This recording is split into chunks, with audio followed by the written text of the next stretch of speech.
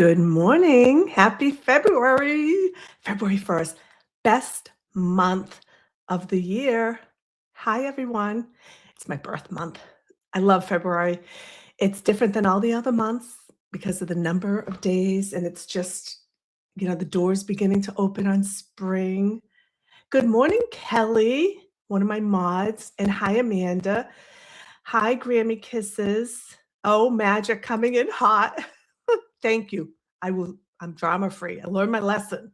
You were telling me from the beginning. Lesson learned.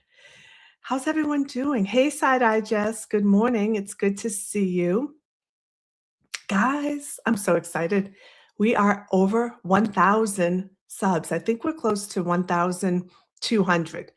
So exciting. I'm so excited. I started in October and it's a struggle the first 500 subs because you're like, they dribble in one, one, one. And then Danny at Red House Media said it perfectly. As soon as you sort of get to the 800, 900, it seems like they come faster, or at least it felt that way. So, yay, I'm so excited. Uh-oh, Moon, sorry. Sorry, Moon's over her Miami. I love both names, but I love Moon. I say Moon's over Miami because it's so funny. I love it. But yeah, we hit over 1,000 subs. And it's really fun to share that journey with you. And I'm going to share my ups and my downs, and I'm going to share, what I learned. I learned something yesterday. For some reason, after we got off the stream, post comments was turned off. And I was so annoyed because, so just so you know, when you're new at YouTube, it takes a long time. Your videos sometimes take 6 to 24 hours to post, but as you get more viewers and more watching hours, I don't know, it seemed to post right away yesterday. And I thought, oh, that's great. But my comments, the live comments were there. So whenever you're looking for live comments on a show, you have to swipe to the left in the comment section. They were there, but no one could post, and it annoyed me. And then I went and did some recon work this morning and found out my post comments was turned off. I don't know why or how that happens. I didn't do anything to make that happen. So they're on now, but that was a bummer because I know a lot of people wanted to comment. Thank you, Genuine. I appreciate it. Really excited about that. That made me really happy. The other thing about yesterday's show, I have a huge supporter in my brother-in-law. He's never missed a show, and I didn't call him out. He's always in the chat. He's Wicked Racer Esports. And Scotty, my sister said, you didn't even thank Scotty. Scotty's my technical engineer. So when there's something I can't figure out, or before every live when I was new, I'd say, can you do a sound check? You just need that person who's helping you. Scotty's that person. So Scotty, I'm so sorry I missed you. Let's see. Hey, Bay Harbor Beauty. Okay, I am not being rude. I'm not sending text messages. I am going to just go to my show for a second. So hang on, because I have to make sure the volume's down. This is one thing I don't know how to do on the fly. I don't know how to get into the YouTube app at the same time as, oh, it's not letting me do it there. Hold on. I think I just did it. Yes. Okay. Bay Harbor Beauty. I just tossed you a wrench. I think I can do it in the regular app, but I don't want to take a chance of getting out of this StreamYard. When you're doing a live, I do it from StreamYard so that I can go to Facebook and X and YouTube. So that's so I have both things open all the time. Yeah, so thank you, Scotty. I don't know if he's in here yet. I've been missing some of the chats too, so that made me feel bad. So I am very excited to be over 1,000 subs. What I thought I would do, I had a lot of people asking me about the cults that I mentioned, and that is the reason we initially went live, is to talk about my niece and her journey in Twin Flames universe. And we had a fantastic opportunity. I wish I had waited. I was so gung-ho. I had an awesome investigative correspondent from Canada on my show a month in. I think I had only done 3 lives. Her name is Avery Haines. Very high profile, award-winning investigative reporter, and I randomly saw that she had interviewed Jeff and Shalia, the cult leaders. I sent her an email and said, "Hey, I'm new to YouTube. Can I use your content on my show Friday?" This was in November. She got back to me within hours and said, "What's your story?" Like, because I said my family was involved with twin flames, and when I told her my story, she said, "Can I come on with you?"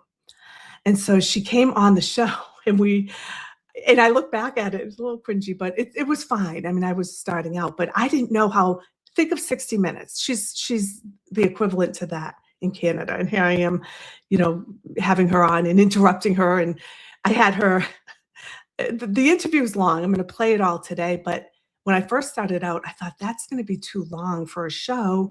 I tried to keep my shows to 45 minutes. I don't know why. I would just think like that's long enough.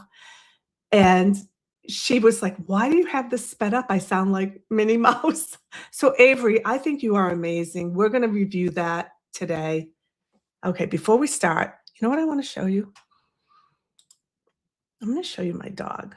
I can't move my camera around my command center because it's complicated. And if I take it down, it would take me 3 hours to get it up. So I'm going to show you what I usually have going on in here, which is pretty funny. I'm going to introduce you to Prince. That's Prince. So this is Prince when he was hanging out yesterday. I don't know why. I wanted you guys to meet Prince. My husband, thank you, funeral lady. I appreciate it. My husband covers my dog up. Prince is a lab mix. He was not a rescue, but we got him from a rescue. His mom was pregnant, came up from Texas, had a litter. He was a runt. He's probably 60, 61 pounds. My husband's convinced it's too cold. It's like -2 degrees out here right now. So he covers him with a blanket. Okay, is that not the sweetest thing? Here's the problem though. When he gets up to walk around, I have to go chase him because the blanket ends up in the snow.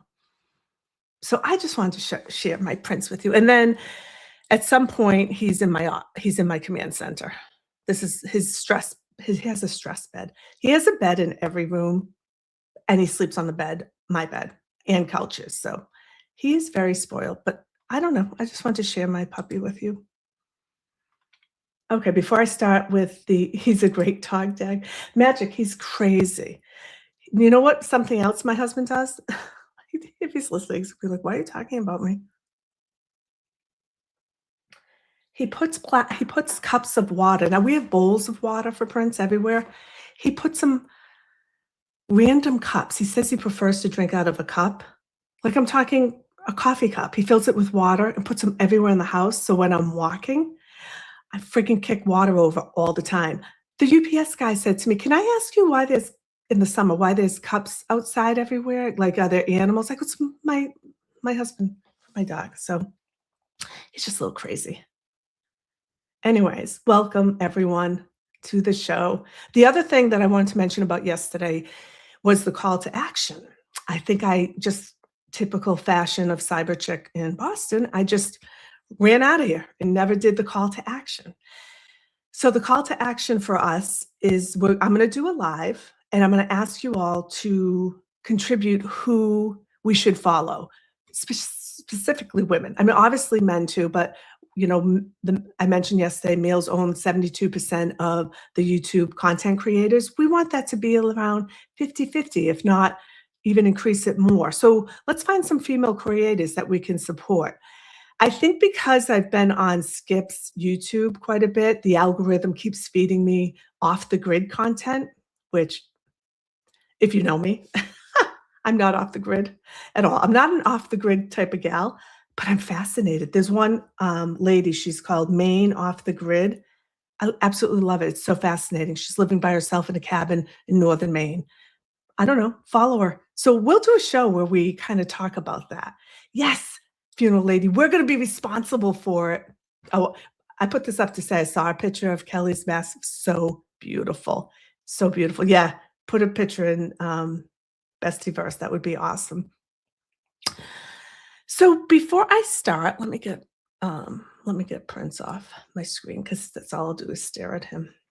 Hi, weird girl. You're not late. We just started. We're just saying hi. So that'll be a show that we do. So do your homework, come up with some good creators that you want to share with us, and I'll do the same. That one was Maine off the grid, if you're interested. But it's really funny. YouTube is feeding me all. A lot of people live off the grid. I couldn't. I couldn't do that. Let's see. Did y'all see Skip on Rat House Media yesterday? No, I was on until I went out. So I probably stopped watching around 6:30. Bay Harbor Beauty, that's amazing. Oh, I'll have to go back and rewatch it. That's awesome. So when I started this, just a quick recap. I think it's even going to be more interesting now because you know that some of the players. I've had my nieces on. By the way, Maddie and Nikki are both really sorry they couldn't jump on today. Maddie has a cold. Nikki's at Boxwoods winning lots of money. You've met the sisters now. So with this Deb, Lisa. Lisa's in cybersecurity. Deb is a nurse, and Lynn is a nurse. Lynn is the one that loves to sit on the couch and hates doing the lives, but we make her do them anyways. Lynn is the mother of Brianna. And actually, let me get out of here. I don't think I need that anymore. I'm going to show you one more thing before we start. It's like I can kind of set the stage now a little differently. So before we start, I'll just share who Brianna is, so you know. This was taken before she joined the cult. Let's see. Saw it on replay. Okay. Brianna is with the dark hair. Jessica's in the middle. That's another niece. This is my gorgeous niece, Brianna, who was in the cult for 7 years, and that is her with me. And then I'm going to show you another one, just so you sort of know the players. I could wait and show this during the presentation, but just so you know.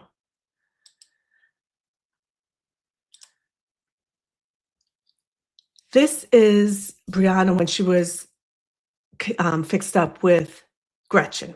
So the story of the cult, if you're new to my show, Brianna Googled, how do I know if I'm with my soulmate in 2019, 2018, I guess 2018. And it sent her down a rabbit hole of finding your soulmate and into the world directly of Twin Flames universe. Twin Flames universe is created by Jeff and Shalia, not their real names. You're going to hear all about them because Avery does an interview with them. So how the interview came about, fast forward, we didn't know Brianna was in a cult. You know some of the players. We're a big New England family. I'm the youngest of 5. We're close-knit, you can tell. We knew that Brianna at the age of 24 was involved in some online coaching and taking classes and had a new community. We didn't know the extent of it. We didn't look, we didn't ask. Lessons learned, mistakes were made. She came to her mom in March of 2020 at the height of the pandemic, said, Jeff had a vision for me. I need to go to California because I'm supposed to be with Gretchen. Gretchen is actually a male trapped in a female body, represents as a masculine form trapped in a female body. Lynn said, what are you talking about? That's crazy. And she went and she left a dog. And so we fought hard to stay in touch with her. And you're going to, I'll interrupt the interview and do inserts of how this came to be. We never lost touch with Brianna, but we could definitely tell that she was pulling away from us. Not Avery Haines, Alice Hines, another reporter. See how important the First Amendment is? Like we wouldn't have these connections into this cult and this visibility if we didn't have journalists that were fighting for us. And that's why it's so important to keep the First Amendment alive.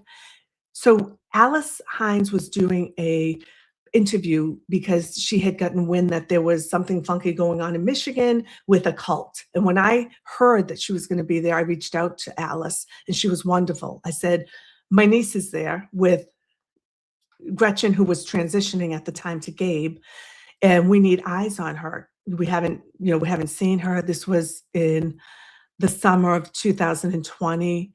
Fast forward, Amazon contacted Alice to do a documentary, and we are the Boston family in that documentary. And I know I'm going through this really fast. It's on a bunch of other live shows. I just wanted to give you a high level overview of what this interview is about. So we filmed it in 2022, November, and it came out a year later, 2023. And we, at the same exact time, some other families, and behind the scenes, we're all trying to fight the cult, and we have connections with other families, and they were doing a similar documentary with Netflix. So there's two documentaries that were released at the same time. And I don't view them as competing because, like, let's have 5 documentaries on these psychos.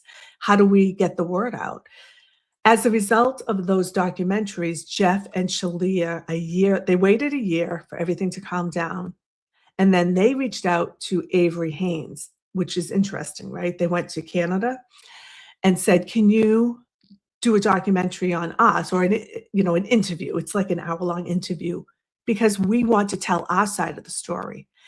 And Avery, to her credit, said, yes, but I'm coming in with a blank slate and I'm going to show what I find out. So I just wanted to give you that background. Brianna is out. She officially left. I mean, she got away from Gabe in 2023. We sent her a plane ticket. She had to escape in the middle of the night. It was a very traumatic time for her. And it took her another additional 2 years to be able to cut ties with the cult because they manipulate you. They become everything to you. And you're afraid. You're thinking that they're always in your phone, that they're in your house, they're in your head. It was quite a struggle, but she's doing phenomenal now. So yay for that. And we're just going to jump right into it. Let me read a couple comments. Thank you, Kelly. Kelly says she admires Cyberchick and her family for bringing this to the forefront for us to learn. Yeah, that's all Lynn.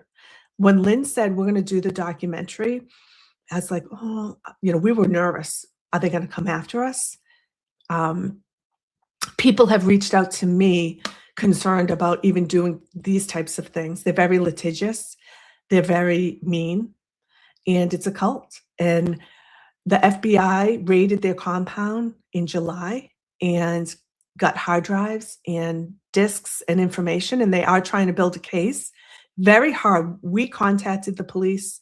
We contacted the FBI. Very hard to build a case on mine, coercion. They have to go after them for breaking tax laws, and they have to go after them for labor laws. And hopefully they get them on something else. I have reached out to the DA in Michigan to offer any assistance that I can through my channel because I have been interviewing families, and I haven't heard back from them. Does your niece keep in touch with any other people who left? No, she has cut all ties. We were trying to connect Brianna with my contacts because and Lynn has contacts. Lynn has a very good the moms have a connection with each other, obviously, so they support each other. And then I actually met and have connected with many ex-cult members who knew Brianna, who got out, and Brianna did not want, we offered to connect them many times. And ever since she's cut ties, we haven't offered that up. She knows I do this channel. She's supportive of it. She does not watch it, and she does not want to come on, which I completely respect. I love these questions. I'm so afraid to say your name wrong. Can I just call you Bets?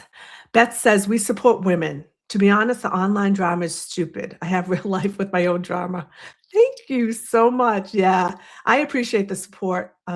Lessons learned, right? This is a learning process for all of us. I'm going to stay away from the drama as much as I can and, make sure that we continue to support each other. We'll make mistakes. I make mistakes every day. I learn from it. It's crazy. Let's see. Everyone calls me Betsy. Thank you. That I can do. Oh, everyone, it's Scott. Wicked Racing Esports. I think I called you Wicked Racer. I'm sorry. This is Scotty. Scotty, go back and listen to the beginning. I give you a huge shout out. This is the one who made it happen. This was my support person, Lisa's husband, Maddie and Nikki's dad, my awesome brother-in-law. He's technical. He does race car driving stuff. You should follow him. Go to his channel at Wicked Racing Esports and see what he does because he's awesome. Thank you, Scotty. All right, let's get into the interview, and then we will go from there.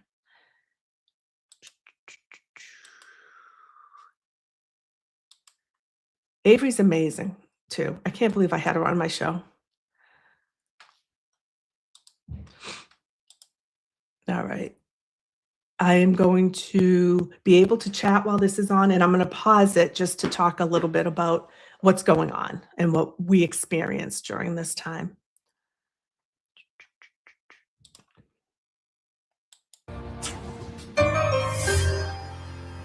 Big scary Jeff and Shalia. We're gonna come and eat your children. I'm not hiding anything. I'm literally telling you I'm Christ. Jeff Devine is a cult leader, a narcissist, a psychopath. You. My business depends on all of you. I think he gets off on seeing them become his creation. Some of them have started having gender-affirming surgeries. Has a crime been committed? Is there about to be a crime committed? No one forced me to change my gender. Jeff never said that he was God. No. I already have to stop because that was Gabe. Let me see if I can go back. Where's the I wanted to do how they do the 10. Okay, hold on. Let me just do this. I'm going to yell when you see Gabe. Sorry. We're going back. Sorry. Come and eat your children. I'm not I forgot to hiding tell anything. you. I'm literally telling you I'm Christ. Jeff Devine is a cult leader, a narcissist, a psychopath. You. My business depends on all of you. I think he gets off on seeing them become his creation. Some of them have started having gender-affirming surgeries. Has a crime been committed? Is there about to be a crime committed? No one forced me to That's change Gabe. my gender. Jeff never said that he was God. No, we're not a cult. Yeah.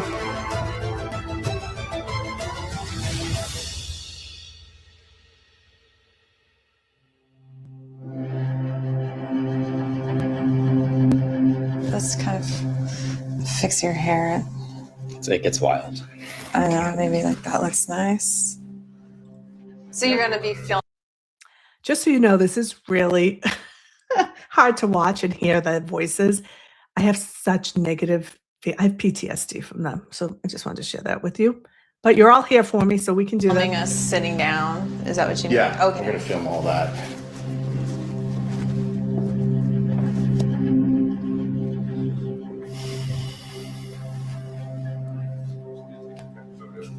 Yeah.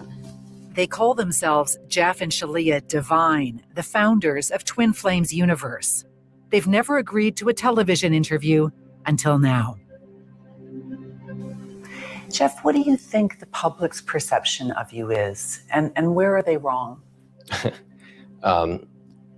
I think they think I'm not a nice person and that I hurt people. And it could not be further from the truth. There was a reaction towards us, and it caught fire. I mean, the words that have been used to describe you. I don't try to consume the hate enough to know. Narcissistic, coercive, Yeah, bully, not true. cult leader, Yeah, not true. and that you have destroyed people's lives. Not true.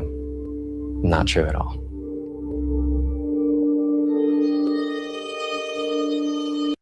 By the way, I do recognize this could be repetitive if you were one of the 32 people on my stream in November. So thank you for sitting in it. You'll hear a little bit more because I was nervous and I went really fast and skipped over things like a crazy person. So this will be longer, but more in depth.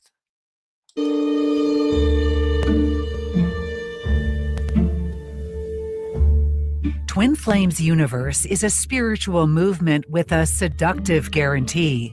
Follow their program and you'll find eternal love. Look at this. Look at this. Boom! We married. I'm married to my twin flame. I love it. This is so devilish. I know how to make them want you. Oh, and I'm going to teach you how. It's not just about making them want you. Jeff and Shalia preach that the path to your twin flame is paved with spiritual and financial riches. Follow them and you can have a life just like theirs. This is my pool, my slide. This is my house. This is the back of it. And you may recognize the Porsche. And good old Corvette. It's looking good. Don't be upset or jealous, because you're gonna find out how easy this is for you. You could have this too.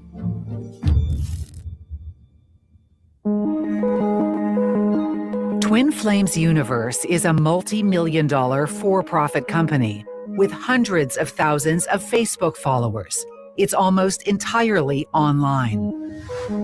Their website showcases glowing testimonials from believers who claim to have found their true love and their true selves. I manifested harmonious union with my one true love. Rediscovered my true gender. Finally accepted myself as the divine masculine. Some claim miraculous cures. I have been symptom-free for years now. I no longer have PTSD. Others boast of manifesting big money. My income has increased 3 times. I got out of deep poverty and manifested very high-paying jobs. So just what is a twin flame? Well, it's like a soulmate on steroids. This person was designed for you by God, and you were designed for this person by God to be your eternal companion. And of course, they're your ultimate lover. We're talking mega romance here. They teach that what's keeping you from your twin flame is inner trauma, that once you heal your blocks, you'll manifest your true love. There's a stable of followers who offer one-on-one coaching at a cost of $550 a month. Today, we'd like to introduce to you and invite you to our Twin Flame School. With Jeff and Shalia. Group sessions called Online Ascension School cost $3,333. Welcome back. Welcome back. Welcome back to another juicy. The amount of money that they charge you. So a couple of things I want to comment on. They say they have hundreds of thousands of Facebook members. I don't know how that translates into their paying members and communities, but they would charge thousands and thousands of dollars for classes and then basically force you to take them. And then they'd come out with new content. So it's a great money stream, right? Great revenue stream. The coaches that they talk about, everyone wants to be a coach. I think you pay to be a coach, and the money that you make, $550, goes to Jeff and Shalia. So it's money, money. Life purpose class. To master success, purpose, and wealth, there's the Life Purpose class for another $3,333. There are e-courses, a book, pre-recorded videos for sale, and if you want it all, the everything package, $8,888. Your life's gonna change. I promise you. You're doing the work, you're having a real relationship, life's gonna change. Of the Great question, Dr.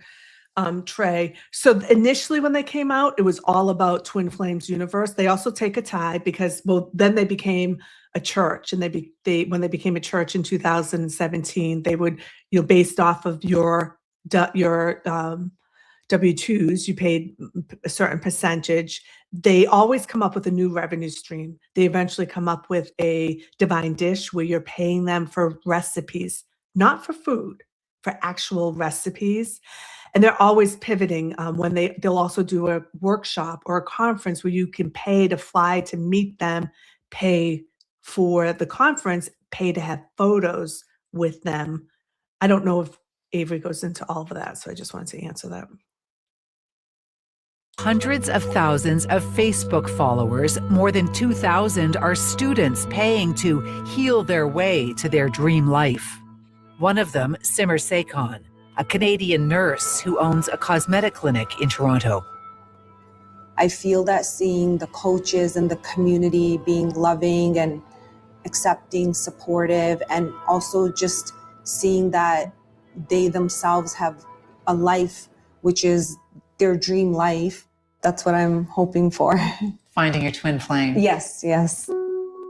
Simmer came across Avery's Twin beautiful. Flames Universe online in 2023 in the grips of a painful divorce. I booked a free consultation, had a good connection, and that was kind of my start of being part of the Twin Flame Universe community. Once she healed from the divorce, Simmer switched gears and coaches. The new goal, finding her twin flame. Once I was balanced, then my new coaches were more positive. Let's find our, ultimate lover. Over the past year and a half, Simmer has spent more than $20,000. She hasn't yet found her twin flame, but insists it's money well spent. I didn't know how to regulate my emotions. And then with my coach, very, very gradually over time, I actually started to feel my feelings. Isn't Avery stunning? She's so stunning. And I actually had her on my show. Avery, you should come back on my show. I'm better. Let's wait. I still have some learnings to do. Yeah, people pay up to hundreds of thousands of dollars for this crap. And it's scary. I'm always concerned if I show this that people will go look at Twin Flames Universe and join. So don't join. No one. I hope that no one out there join this cult. You can just watch it through me. So I truly believe that I will manifest and attract my partner in a very peaceful, healthy way. Hopefully, yes. Avery's the reporter, Dr. Dre. She's the reporter. Simmer isn't alone in this interview. Every word is being monitored by the woman on the other end of Simmer's phone. Rebecca? Rebecca isn't part of the Twin Flames universe. She is their gatekeeper, hired by Jeff and Shalia. To me, Simmer being able to switch coaches shows into, they're not a cult, because if you were in a cult, there's no way that would be allowed, This woman right here, Jeff and Shalia, before they contacted Avery Haines to do an interview, they reached out and paid a PR spokesperson to be in every single interview that was conducted. Rebecca is with a crisis management firm in the U.S. called Red Banyan. They do reputation repair to control the narrative and portray your business in a positive light in the press. Jeff and Shalia have hired them in the wake of a media firestorm, exposed first in 2020 by Vice and Vanity Fair, and then the subject of 2 docuseries in 2023, Escaping Twin Flames on Netflix and Desperately Seeking Soulmate on Amazon Prime. In late 2024, this email popped in my inbox. The subject line, "We're not a cult." The message, a denial of the allegations piling up against Jeff and Shalia, and an invitation for me to tell the real story. In a phone call with Jeff, Shalia, and the PR company, I made it clear we'd be digging into all of the allegations against them. They agreed with full access as the walls close in on Twin Flames Universe. I'm gonna get a drink. That Fiji there in the corner is mine. In northern Michigan, where allegations of brainwashing, forced labor, and tax evasion have flooded into the IRS, the FBI, and local police. Just let me do one more thing. Okay. With another crisis PR member in the wings, Jeff and Shalia say they want to set the record straight. It's traumatizing to have the whole world bearing down on you, and you go online and there's hundreds and hundreds of hateful comments.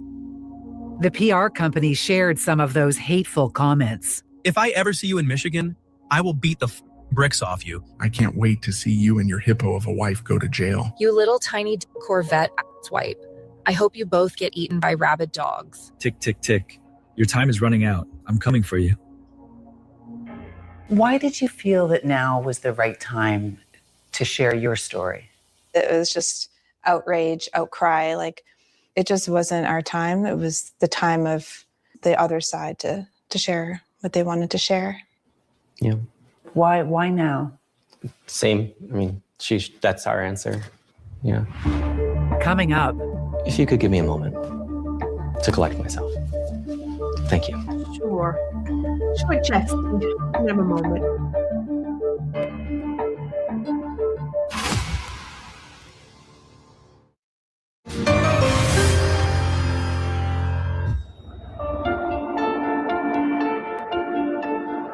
We're driving into the heart of the Twin Flames universe, on the outskirts of Traverse City, Michigan. This sprawling estate is more than just a mansion. It's a promise of everything that's possible if you follow the teachings of Jeff and Shalia Devine. For years, this house and the grounds have been a fixture in their online videos. I gotta show you that waterfall, though. Oh, there's a little waterfall coming out of the spa. Nice little living room. We got $15,000 in crystals here. To tell the story of what's happening behind this door, we first need to go back to 2014, just before Shalia met Jeff for the first time. Oh my God. We're about to meet. I'm sitting in the car and I'm waiting and I'm so excited. Yeah, I got those butterflies happening. It begins as a love story, one that has spawned a lucrative and controversial spiritual movement, a movement defectors call a cult, one that controls, coerces, and even convinces followers into changing genders.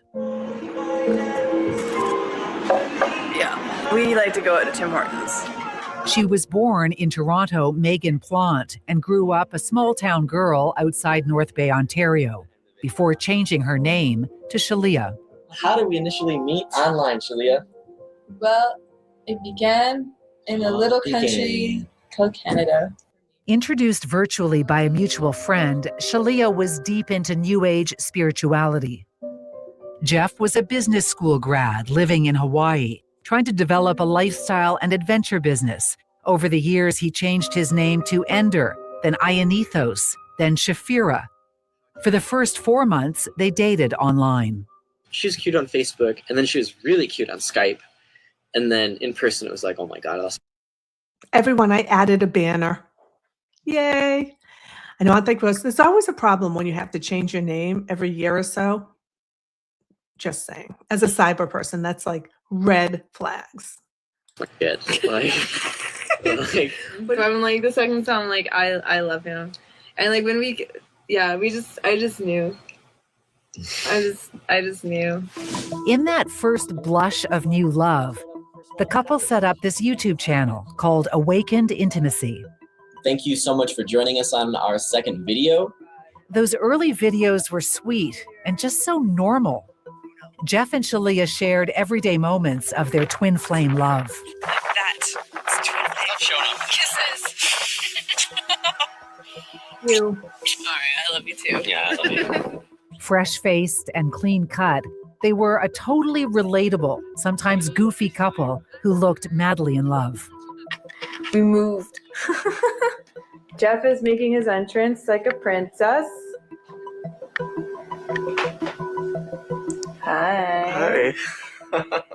They were broke, lived in a dingy apartment, drove an old beat-up car. But Jeff made it clear he wanted to be rich.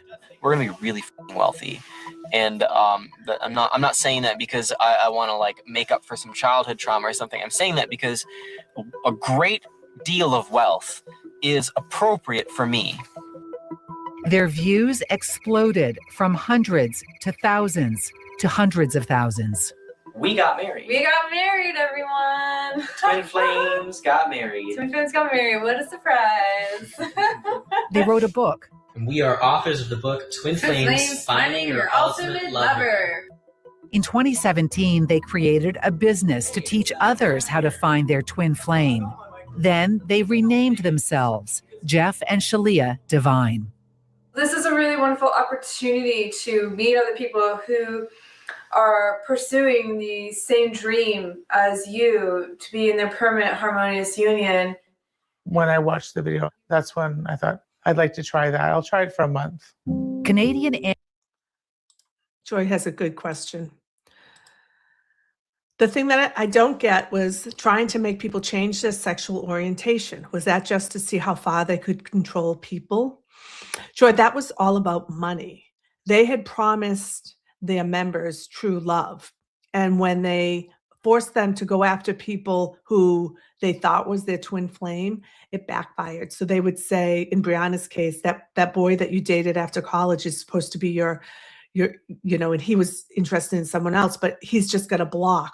They would be like, hassle him. If the guy you're supposed to be with or the girl is married, just show up at their door like they're supposed to be with you. That didn't work. And police were starting to get involved.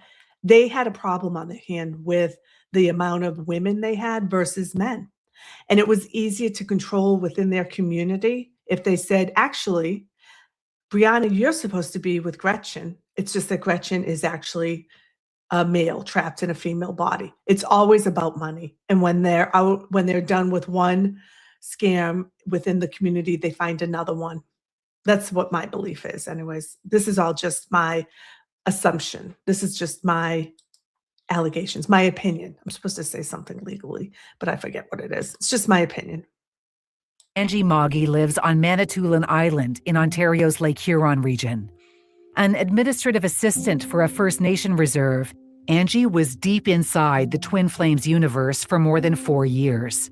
Angie says she was indoctrinated, sucked in at her most vulnerable.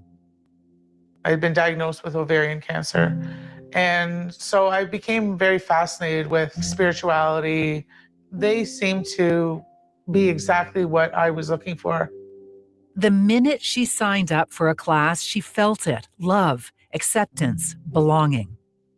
I was so love bombed when I first joined. Plus, I felt very close to Shalia because she was also Canadian. Angie was trying to work through a strange, intense attraction she felt towards a work colleague who was half her age. She says Jeff and Shalia told her to go after him, claim him. That was their overall teaching, is like, you have to be a honey badger. What's a honey badger? They're fearless. They're vicious. If you know me, you know I am a honey badger. Oh, the honey badgers are just crazy. Honey badger don't care. Honey badger don't give a shit. It just takes what it wants. They just take what they want. Basically, like, no boundaries. So be a honey badger of love was like Jeff's. They even have t-shirts that say it. Angie's so-called twin flame wanted nothing to do with her. Jeff and Shalia claimed they knew why. And shockingly, it was the same reason she got cancer. Here's Angie in an old video explaining it to other followers. It was revealed to me that my biggest core block was that I wasn't claiming my feminine energy.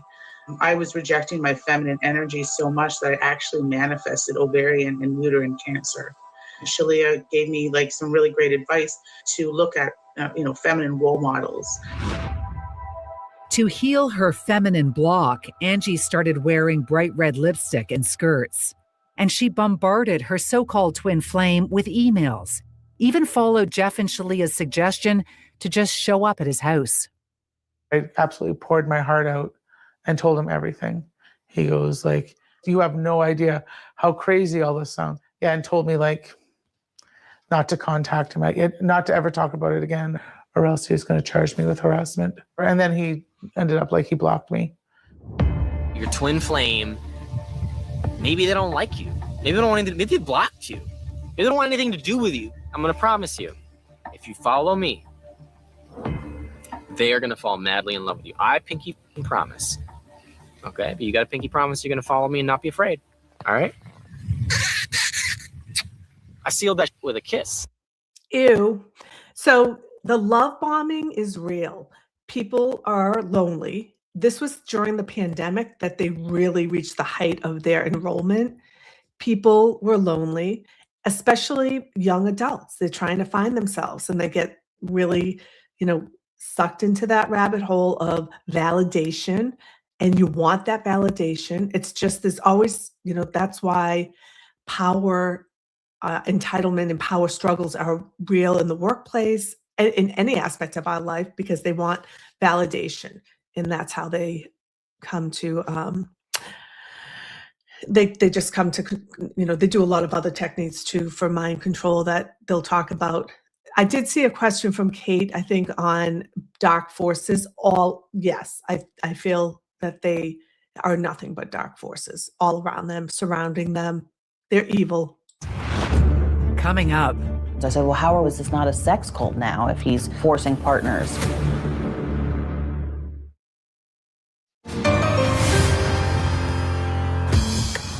This is the Porsche. It's a $100,000 Porsche. This just came yesterday. This is what I was showing when I went live. I was scrolling through their Instagram. The audacity of them to kind of to take money and make money off of it. And they don't have a job, right? This is what they do in the cult, is take money from people and buy things. They flaunt materialistic things. I think at one time he had 6 high-end sports cars. It's crazy. And flaunt it all over social media. One of the finest Corvettes that you can possibly buy today. Most of this income comes directly from my wife and I, my twin flame and I, teaching others how to have beautiful, healthy, loving, romantic relationships. There have been people who have had restraining orders placed against them because they're taught to keep going after their twin flame and not take no for an answer. Victoria Bonilla in Virginia, just like Angie in Ontario, once dedicated her life to Twin Flames Universe. It was just people coming together to heal trauma. And then years later, it became what it is now. Nobody walks in and says, hey, is this a cult? I'd love to join. At the core of the Twin Flames universe is a technique called the mirror exercise. Learn in this short video how to heal your upsets by loving yourself. The concept is that everything you want, wealth, love, happiness, is possible once you clear trauma or upsets. Using the mirror exercise taught by Jeff and Shelia. Everything that happens to you and every negative emotion you have is something that you created, and it's your job to heal. And if your twin flame doesn't love you, it's because you don't love yourself. If you're the type of person that prefers not to take personal responsibility for your life, why are you on this channel? And you're the one that has to resolve it in order to clear the block. I am stopping this to say hi to Ben Rosa. Good morning, Ben Rosa. I didn't know that you joined and that you subbed, and I'm so happy to have you here. Thank you. If this is your first time, we are reviewing, and for everyone else, I put it at the bottom, we're reviewing Avery Haines, who's a kick-ass correspondent in Canada. We're reviewing the Twin Flames Universe cult. My niece was part of this cult for 7 years. We got her out. But Ben, it's so good to have you here. We were looking for male allies, and here you are. You popped up. We're thrilled. Victoria says the mirror exercise isn't about healing. It's about breaking people down in a never-ending cycle of self-blame, with more and more classes to buy to clear the blocks and heal the upsets. And so it becomes a form of self-abuse and control. Any negative emotion, any negative encounter, now it's your fault. Most students weren't seeing results, but it was definitely paying off for Jeff and Shalia. Today, we just discovered that we're not just millionaires, we're multi-millionaires. Their Instagram feed, a nonstop highlight reel of luxury. Yeah. Lifestyle of the multi-millionaires, of the rich and famous. designer everything, the 5-bedroom mansion, high-end cars. All of this paid for by students desperate to heal their way to love. In 2018, Twin Flames Universe stepped out of the internet and into real life. There was a small meetup in New York. The golden age has begun.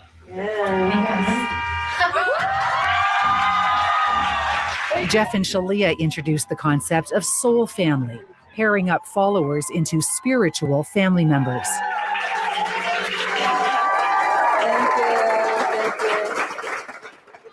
The next year, an even larger gathering in Canada. We're in Toronto, Ontario, here for our very first Twin Flames Universe Ascension Workshop. About 100 followers, including Angie and Victoria, went to the 4-day event. This was the best weekend of my life, and we're so looking forward to the next one. Jeff and Shalia were treated like spiritual rock stars. Thank you, and take care. Thank you, everyone. They started calling themselves gurus. Former followers say they are grifters.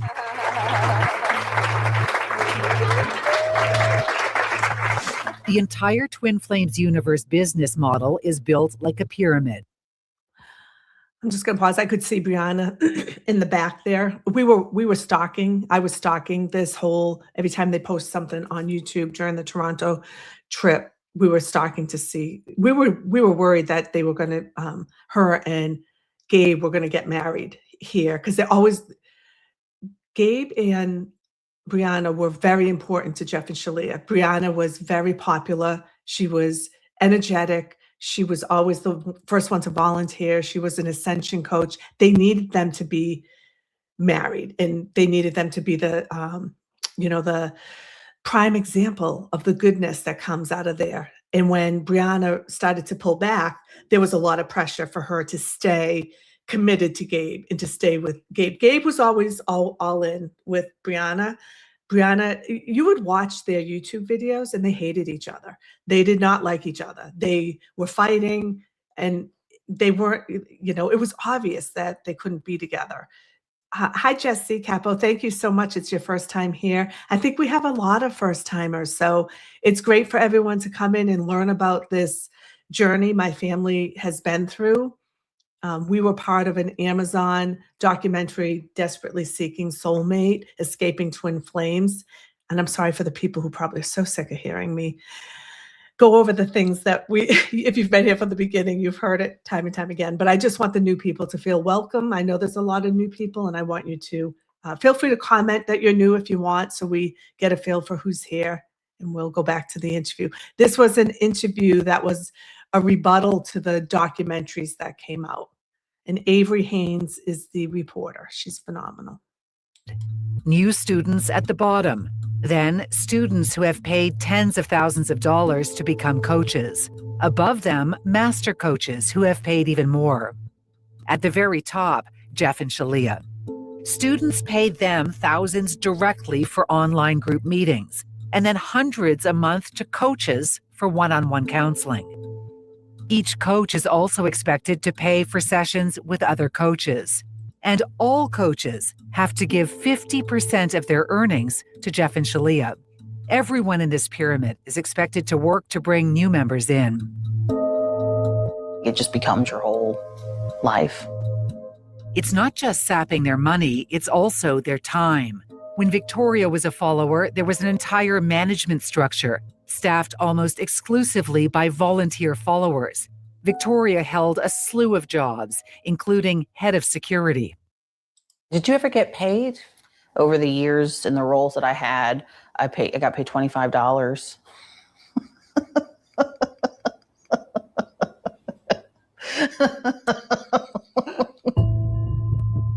While the public face of the community was all about love. You. My business depends on all of you. And I want to make sure that all of you are doing your f***ing jobs. Recorded meetings revealed Jeff berating followers for not volunteering enough of their time to build the business. I need you to take on a job at Twin Flames Universe. If you want to dilly-dally, you're going to burn. And if you can't honestly uphold your position, get the out of it, because we're going to bulldoze you over. So no more of this of this, ballyhoo, this nonsense, this bananery. Victoria says followers were so beaten down, they actually believed Jeff's rage was a sign of love. He'll curse you out, he'll call you names, and then he'll say he's doing it out of love to help heal your ego and shock your system so that you can heal. He's telling you, this is good, I'm loving you through this. I'm probably irritating people with my comments, but I don't care. Zepp, you're absolutely right. They took a page out of Scientology playbook. After going through this personal experience with the cult, I'm furious at society for not calling out, Tom Cruise, John Travolta, and all of the members of Scientology, especially as it comes to light what they're doing to especially children. It makes me so mad. The one thing I want to say that Brianna shared with us, and their members will often post, there's no such thing as poverty.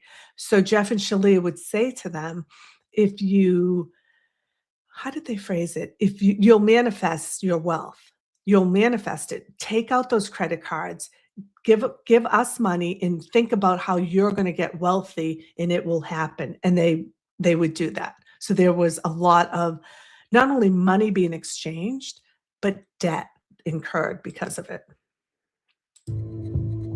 And if they showed any resistance, they were told to do the mirror exercise and heal their disobedience. As soon as you have any type of negative emotion, you have to use their mirror exercise to, quiet down any questioning, any skepticism. It is very high controlling, because anything that you do that steps out of line of what they deem as appropriate is met with discipline or punishment. And what does discipline or punishment look like in the Twin Flames universe? It's usually a financial punishment. Most of the people that are in that group are coaches, and their primary financial income revolves around Twin Flames universe. So you can be stripped of your ability to coach. Who's going to get the new clients? The ones who work and produce the most value within our new system. Lazy Bones is one, no longer going to get clients funneled to them, and two, no longer going to hold a position which holds everyone else up. Twin Flames Universe has evolved from a spiritual matchmaking group into an empire. They have a company that claims to heal PTSD and trauma, another called Divine Dish, which is a paid subscription for recipes, and bizarrely, Divine Gaming, a Minecraft-like video game that followers helped create. Here, the heart of the war will be waged between the hero of the ages and Satan himself. And then came the church, Jeff and Shalia's next step, building an online religion. And welcome to our first ever Church of Union sermon. The movement took a deeply religious turn.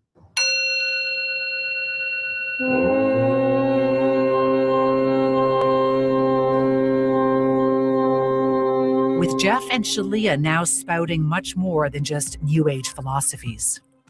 Has Christ come again?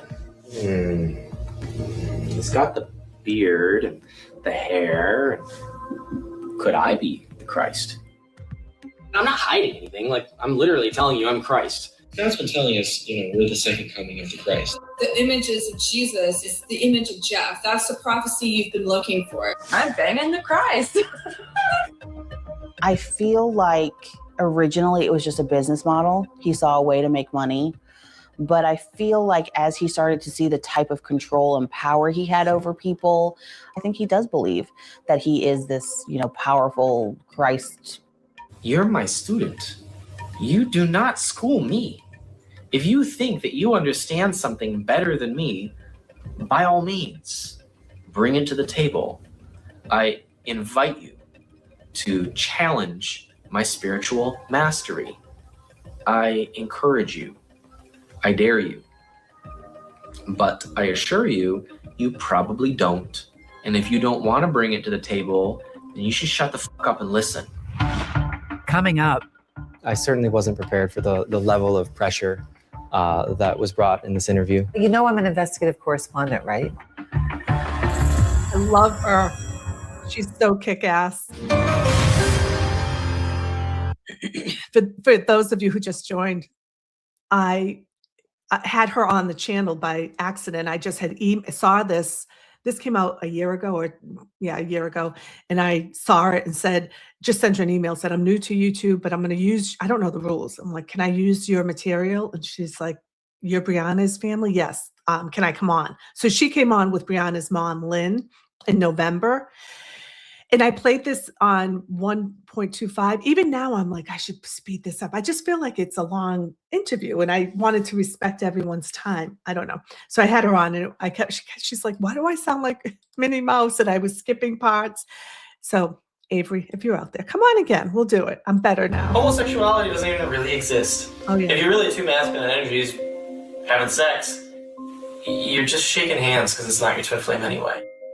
Jeff and Shalia teach that every person is either 100% masculine or 100% feminine. There is no in between, and that a twin flame union can only exist between a masculine and a feminine.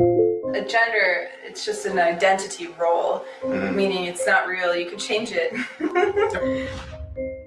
Initially, followers, who were mostly women, were chasing love outside the twin flames community. People not under the influence of Jeff and Shalia Devine. We were all working hard. Nobody was any closer to their twin flame. So we're like, what's going on? You know, it's not working. Nobody was making any progress using their work. And so they had to come up with another idea. Victoria and Angie say followers were then told they'd actually been chasing the wrong people, that through channeling sessions with God, it was revealed to Jeff that their twin flames were within their online community. And then they say he started pairing them up. Some people are matched with complete strangers, people they'd never spoken to. There was a man, 100% like gay, matched with a cisgendered woman, and had to work through that block. If they were telling you this was a channeled message from Jeff and Shalia, this came straight from God and there's no questioning it. So I said, well, how is this not a sex cult now if he's forcing partners? Remember, Jeff and Shalia's teachings dictate that a twin flame union can only exist between a divine masculine and a divine feminine. A second mass channeling from God involved 22 mostly straight women, including Angie in Ontario and Victoria in Virginia. They were called to an online meeting with their coach, who delivered shocking news. It was an immediate, no, this is not it. And I said, Angie's not my twin flame. I'm not a lesbian. And they said, well, Angie's not a woman. Angie, who had first been instructed to be more feminine to attract a different twin flame, says she was now told Victoria was her true love and that she needed to transition to a man. Experts are clear. Gender identity is not something someone else discovers for you. I end up having like a severe panic attack. I just like completely lost it. They wanted me to cut my hair. They wanted me to wear men's clothing. They wanted me to change my name. And it's like, can I work up to this? Like they were just so much pressure. And if they said, no, I'm not, then they were kind of threatened. Like, why are you so triggered about this? Why is your immediate answer no? That's a block. They were encouraged to get coaching, to heal through this block, to see the truth that they were men. This is what happened to Brianna. They started doing this, and they had one of the master coaches called Gretchen in California. She lived in Los Angeles, and said, Jeff had the vision last night for you, and your soulmate is Brianna in Massachusetts. And then they said to Gretchen, you have to call her and tell her she needs to go out and be with you. And Gretchen called Brianna, and she cried all night, and they were on the phone talking about it because they they had given themselves so completely to Jeff and Shalia that they just were trying to figure it out. And the very next day, Brianna showed up because the pressure is so intense. They don't want them to think about it. Brianna showed up the next day at Lynn's door and said, "Can you watch my dog?" Again, height of the pandemic. Lynn's a nurse. She said, "You're not going to fly to California right now. Everything is shut. The country is shutting down." It didn't stop, but Brianna said, I'm going. I have to go." And Lynn was like, God bless her. She was so strong. She said, "Are you a lesbian?" And Brianna got very angry and said, "I am not a lesbian. Gretchen is not a woman. She's a male form trapped in a female body." And that's when Lynn just was like, okay, time out, called all the sisters and said, what is this organization? And that's the first time I investigated it. I'm in cybersecurity. I should have been investigating this a year ago. As soon as she signed up for it, I should have been investigating. No one joins a cult. No one joins a cult. They get sucked into a situation, and we didn't know what to look for. That's why I'm telling this story, so everyone can just be really careful out there. And if something, she does a really good job in a few minutes describing what a cult is, because that's a tough one, right? Are we a cult on YouTube? You know, they say Aiden has a cult. Some CrossFit people are crazy, and it's things that change your behavior and make you stop doing what you normally do, in my mind. But this is insanity, telling Brianna that she has to go be with a woman across the country because that's her soulmate, because Jeff had a vision. And I know people have said all sorts of horrible things about Brianna. She's autistic. She's dumb. She doesn't have a close family. None of that is true. She's beautiful, brilliant, was phenomenally, like, very creative. She's a singer. She had a great job. I got her a job in technology. So people, I think, like to say that, because then they say that will never happen to my family. So therapeutic. Did no one say, like, this is crazy? He's telling us what gender we are. There were a couple women who just straight up left from that moment. They said, "I'm not a man. I'm not doing this." And they left. And then some of them stayed and are still in there. Some of them stayed and didn't just adopt masculine names and clothing, but took it further. Yes. Some of them started taking testosterone. Some of them have started having gender-affirming surgeries, and are living as men. Angie says Brianna was in the cult for 7 years. She was with Gabe for, 2020 to 2022, 2 years. She was with Gabe in Los Angeles and came home in 2022. She escaped in the middle of the night, but still was connected to the cults and going through a lot of trauma for a couple of years. these two women were also told they... That's them. That's Brianna, and that's Gretchen. This is before Gretchen becomes Gabe. were twin flames, and that one was masculine. And we just happened to have a group coaching that night. She came in crying. She was like hard crying. And then Angie says after coaching sessions with Jeff, she started identifying as a man with a new name, Gabe. I don't know what Jeff said, but anytime that someone has to be coerced into like making like life-altering decisions, body-altering decisions, it's dangerous. I want to show you a post that Gabe put up just 1 month later. He talks about how he didn't want to become a man, that he was working through his blocks and misconceptions. Gabe writes about Jeff giving him a crash course in living life as a man, encouraging him to wear men's clothing, trim his fingernails, smoke a cigar, and do outdoor maintenance projects at Jeff's home. Gabe and Brianna also posted a video on their website. We both thought we were women, and we became friends. Yeah, just came together first as friends up until the point where it was revealed that I was the divine masculine. And that we're twin flames. And that we were twin flames. Yeah. Gabe is still in the twin. Don't they look shocked in that video? I mean, is it me? 'Cause she's my niece, but she just looks so shocked. So when Jeff was teaching Gabe to be a man, that's when we were freaking out because we were like, "Well," they were doing it all live and posting it on, was it on YouTube? I don't know if it was on YouTube or I think it was YouTube. And I was watching, that was my job. Lynn had put together a virtual team to deal with Brianna. And, Lisa was the one that was always pinging her. I love you, love bombing her. We had people from her college years, her cousins, and we would all do different roles. My role was sleuthing on the internet. And it was hard. I had to watch every single video. I wish I downloaded them to a server because a lot of them have been deleted. Gabe and Brianna had a YouTube channel. My Harmonious Twin Flame or something like that. And they deleted it. It's probably not deleted. I just can't get access to it. They took it offline. So this is Gabe. Gretchen transitioned.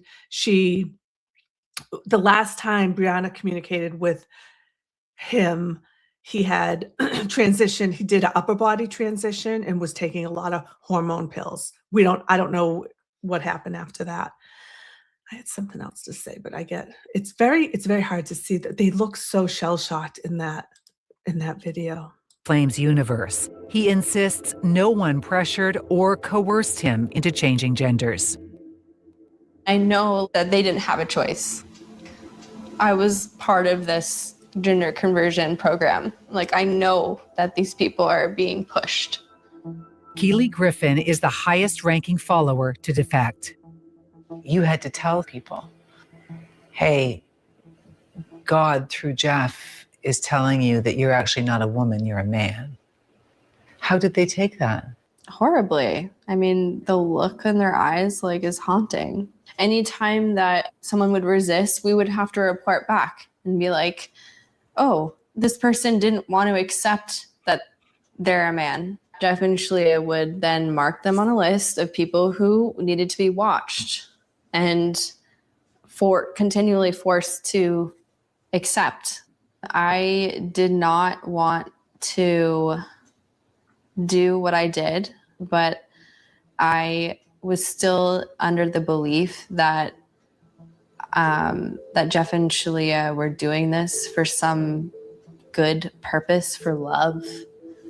I don't believe that anymore, and I regret what I did. A former volunteer CEO and coach, Keely is now a whistleblower. Keely's a hero.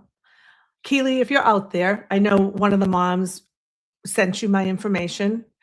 I would love to have you on as a safe space to continue to spread your story.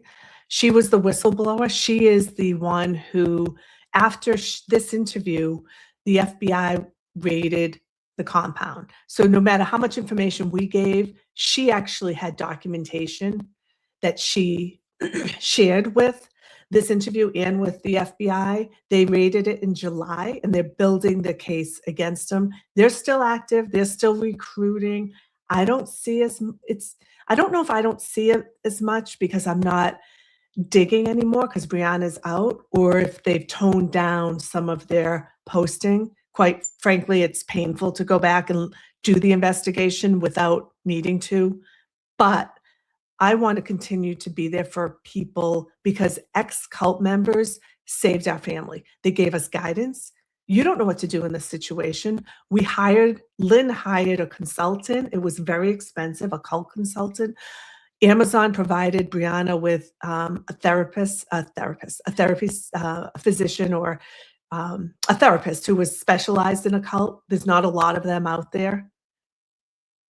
But Keely, you're amazing. And your dog is really cute. Intent on setting fire to the Twin Flames universe and putting a stop to Shalia and Jeff Devine. He has a very sick mind and has some sort of strange, sick desire to see people do whatever he tells them to do. I think he gets off on seeing them become his creation. Keely lives in the United States. She doesn't want us to reveal exactly where.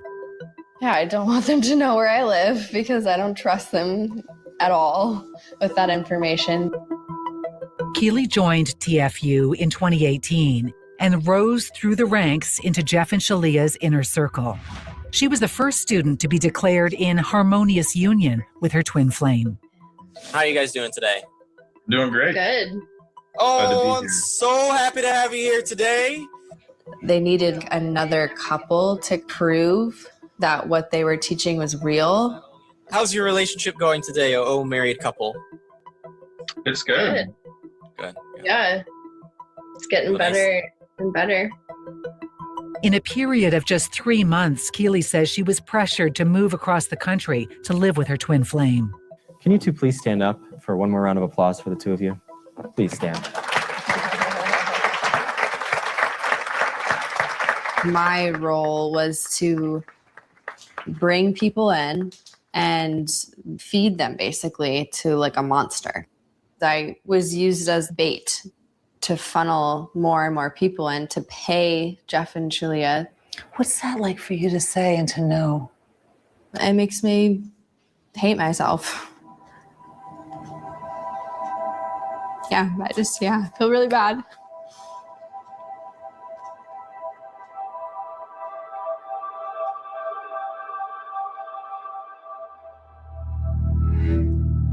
Jeff and Shalia had a message for those who were struggling with their new pairings and their new genders. Disobeying them was disobeying God. So when God tells you something, you need to respect it. If he says that's your twin flame, respect it. If he says you are this, respect it. And sometimes it's going to be really, really, really hard. But if you don't, then you're a coward. And this is so that you understand that your choice has been out of order, so you can make a new choice. You can respect God's word, or you can throw a tantrum and be a little jerk, be an immature child, and then you're going to get spanked by the universe. Until you take the position of a completely obedient child, you're not going to be happy. They call it the all-seeing eye for a reason. Mm-hmm. You cannot escape God's gaze. Why would you want to? Coercive control is very real, and it's done over time. Your thoughts are controlled. You can't feel anger. You can't feel sadness. You can't be upset. So you're just like this zombie, like a walking shell of who you really are. And it doesn't happen overnight. You don't walk into a door and it's this full. Hold on, I'm speeding. I'm going to put it, hold on one second. I'm just going to put it up to a notch. Tell me if that's annoying. Wackadoodle story. It's like the frog in the pot. You turn it 1 degree at a time, and then suddenly you're boiling. Coming up. How many of your followers have transitioned? In the beginning, there were quite a few. And that's, many of them. I know the answer. It's 18. 18 people have transitioned within their group. I put the speed on 1.25. If you find that annoying, just put it in the chat and I'll go back to slow because it's a long interview and I keep interrupting, so that's not helping. One thing, what do I want to say about Brianna? What did they tell Brianna? Oh, her trauma. So Brianna, they do the mirror exercises and they do this exercise called mind alignment process. I don't know what the hell it is, mind alignment program. And they basically put you in a meditative state and then insert trauma that you've had in your life. And they had a hard time finding trauma for Brianna. So they said that she was carrying trauma from her relatives that served in World War II. Off we go. Go, horsey, go. Just a couple of parents out playing with their toddler in the snow. A picture-perfect scene of domesticity, Jeff and Shalia and their 2-year-old daughter, Grace. We were invited inside their 7,000-square-foot mansion, decked out with a 3-car garage, sporting a Mercedes SUV, Porsche Cayenne, and Jeff's prized possession, his Corvette. We had a good time outside. And fun on the sled. Yeah. That was my baby. Yeah. It's a head-spinning contrast to the outrageous online personas of Jeff and Shalia Devine. I just want to make everyone aware I'm looking and feeling very tired. What? I said I'm looking and feeling very tired. Okay. A follower who takes care of Grace hangs out in the background. Maybe like, if you move your sweater and then you can come back after I read her story. Okay. It looks like I'm just sitting. In reality, I'm managing lots of things. I'm feeling lots of things. I feel like a man's job, at least for me, is to support my wife so she can support our child. And Grace comes to me and we interact when she feels fit. You know how I feel about that entire interaction. We don't even have to, I don't know. Is the speed okay where it is, or should I go back? Because Avery was like, why are you speeding it up? You tell me. He acts really weird.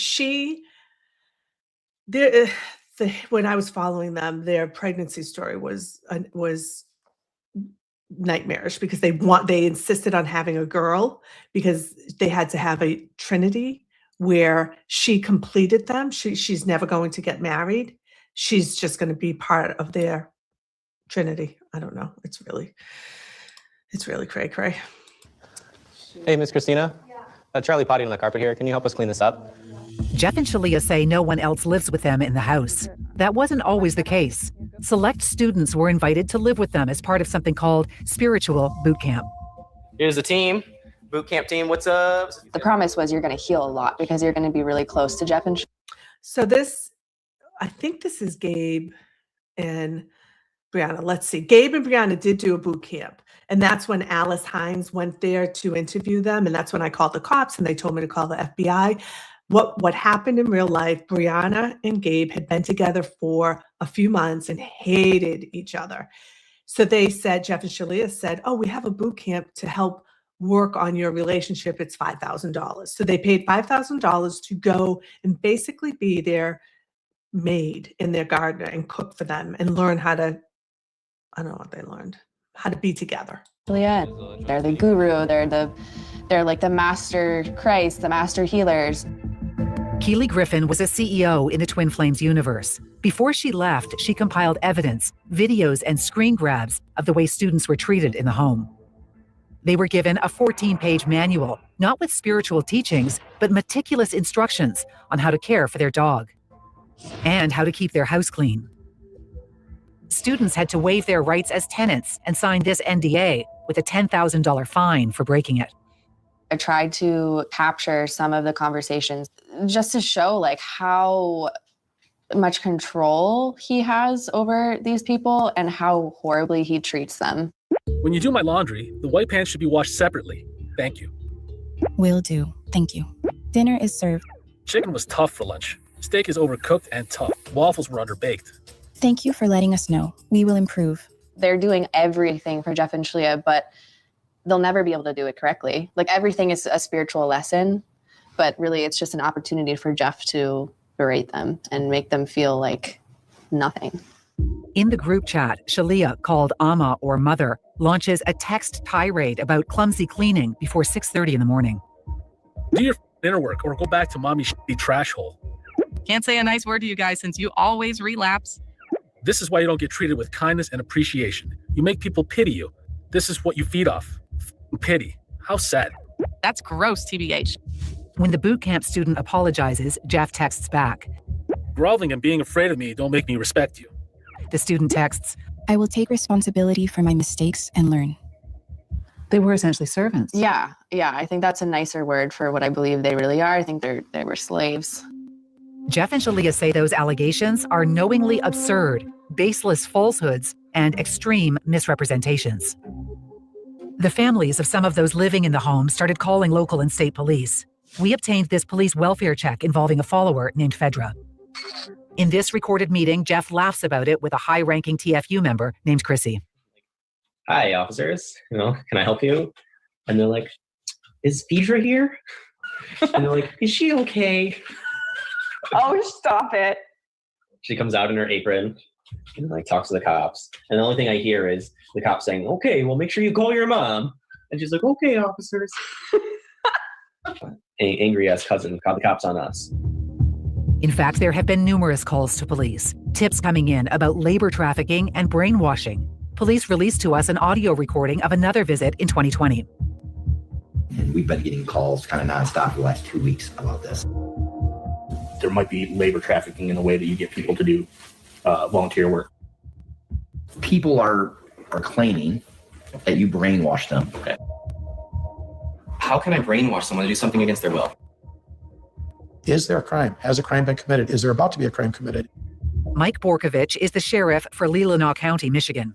Of course, your immediate concern is Jim Jones in Guyana and David Koresh. And you start looking around at different people and different cults. Have you found any evidence of any wrongdoing, any crime? We haven't found any evidence of any wrongdoing or crime.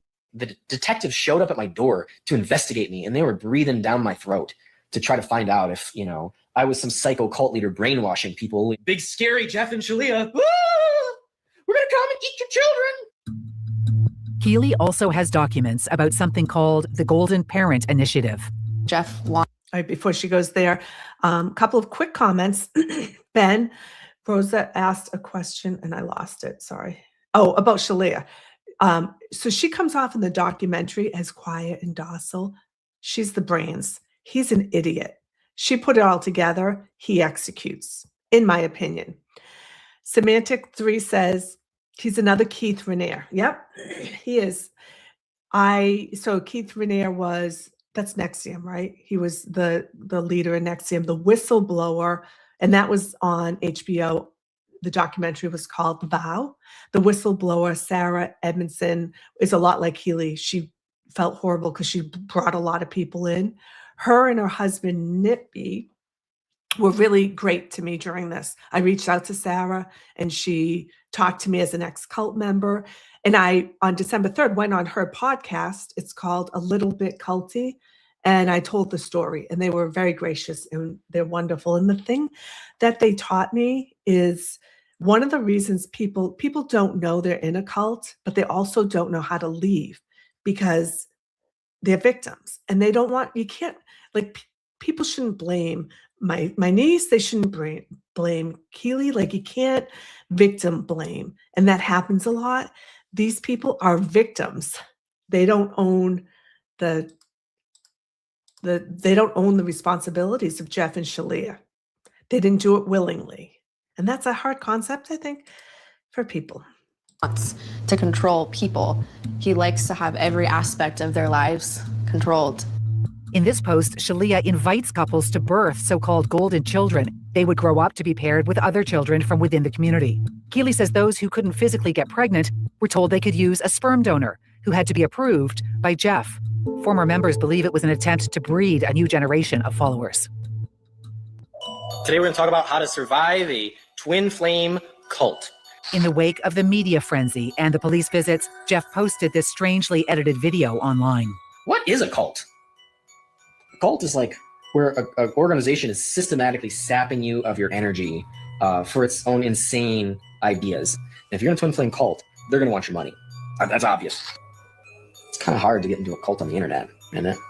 How are you going to drink the poison if it's on the internet? Don't you have to be a part of a community that all lives on a farm or something? A farm? Well, guess what? They wanted me to start building this farm that the coaches were going to live in Michigan. A compound. A compound, yeah. Keely says Jeff and Shalia pressured her to find farmland and move to Michigan. And when she didn't, they told us, you need to make this move now or you are completely out of alignment with your guru and bad things are going to happen. 16 followers now live in northern Michigan. I fear for the lives of the people in the cult. I think that it's only going to grow and there's plenty of horrible things that will happen when Jeff and Shalia have all of those people literally within arm's length. Coming up. I've never been so happy in my entire life. I'm such a better person. And I love myself so much. And he's taught me that.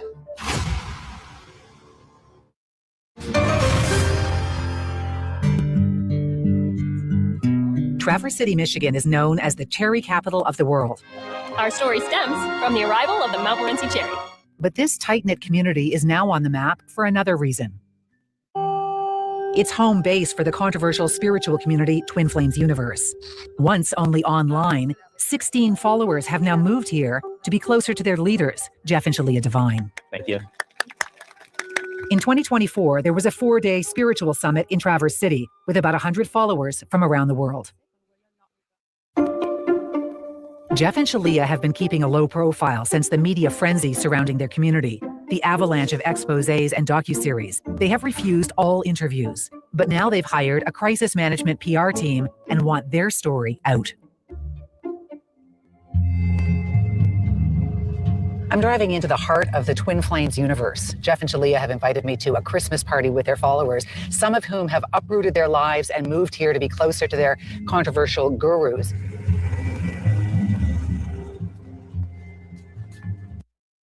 Gabe moved there, so Gabe is there. Brianna moved home.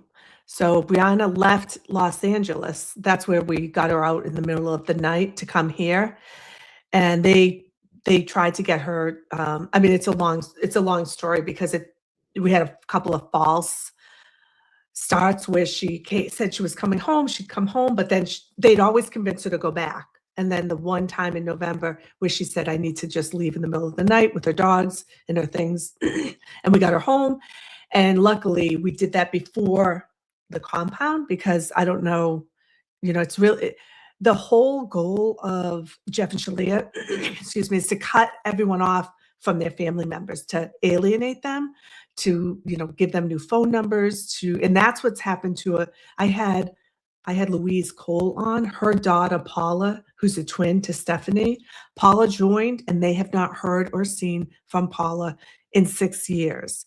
Paula was fixed up with, same thing, man trapped in a woman's body who lived in Switzerland. They don't know where she's living. They don't know if these families are suffering and they don't have any way to connect with the people. So when I see this, I'm just grateful that Brianna is not one of the people at this party. Hi. Hello. How are you? Thank you for coming. Avery, good to meet you. Nice to meet you. So we're looking forward to sharing our side and being able to maybe speak a bit about it. Yeah, me too. I gotta let you guys go back to your party. Okay. I think we gotta. Okay, so everyone's ready. Pretty soon for White Elephant. I'm gonna grab some sparkling grape juice here. Yeah, I'll get some too. We'll mosey on over together and then This is the Twin Flames Universe Inner Circle, some of the 16 members who have moved here from across the country and around the world. They're all coaches, volunteers with the church. Some also work in this house as a nanny, cook, and cleaner. Mom, you're getting baby zoned here. Baby zone. Should we find a toy or something? They gather in the living room Maybe we could fit some more people. One more person can fit on the couch. for a Christmas present exchange.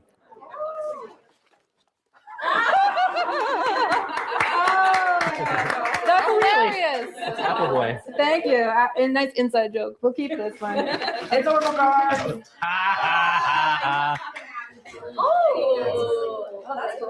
Lego. We all got each other nice gifts. Worked out good.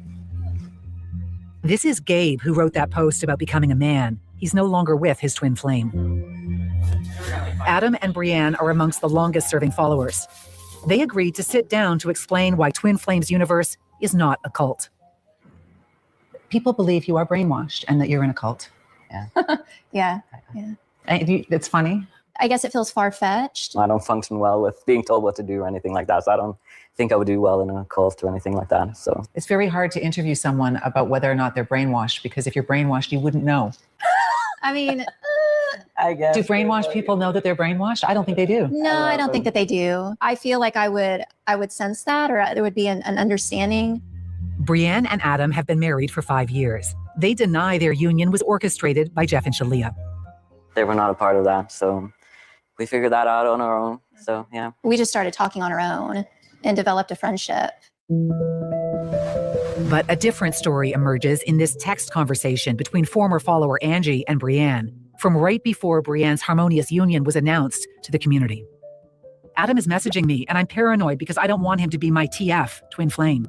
I don't want to, This is upsetting to me. Brienne shares a screen grab of her telling Adam she's upset and doesn't feel an attraction. Adam texts back, I'm sorry you're upset. This is what God has presented me with, and I've fully devoted to him. It's been a lot to process today as well. I don't see it, she texts Angie with a picture of her and Adam.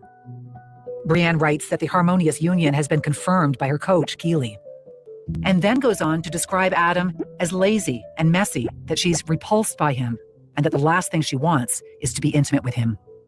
You didn't speak to other people and say that you had zero desire for Adam and that you did not want this pairing to go ahead.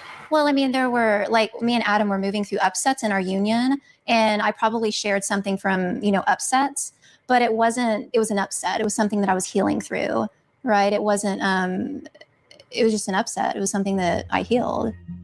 Adam joined Twin Flames Universe as a woman and denies there was any pressure to transition to a man. So you didn't have any kind of a challenge in accepting this divine masculine concept? I feel like I had, but this was just an upset with myself in terms of like accepting that I had a little bit of like, it's just me, like, oh, this feels a bit weird. But it was like, right, who you are. You know that there's something, right? This allegation that people are being pressured, coerced, or led into making a decision about their gender is horrifying. Yeah. Well, I agree that would be a concern, right? Like if that was a thing, but 18 members of the Twin Flames universe have transitioned. When you look at the numbers, do you find that at all unusual? I don't feel like it's so many though. We don't know how many were questioning their gender before joining the group, and they insist they weren't pressured. It was their choice to transition. Brienne and Adam are both certified master ascension coaches, a level above regular coaches, certified by Jeff. They don't have any expertise. They're not therapists. Keely Griffin, who left TFU in 2021, says she and other coaches were wholly untrained to handle people's trauma.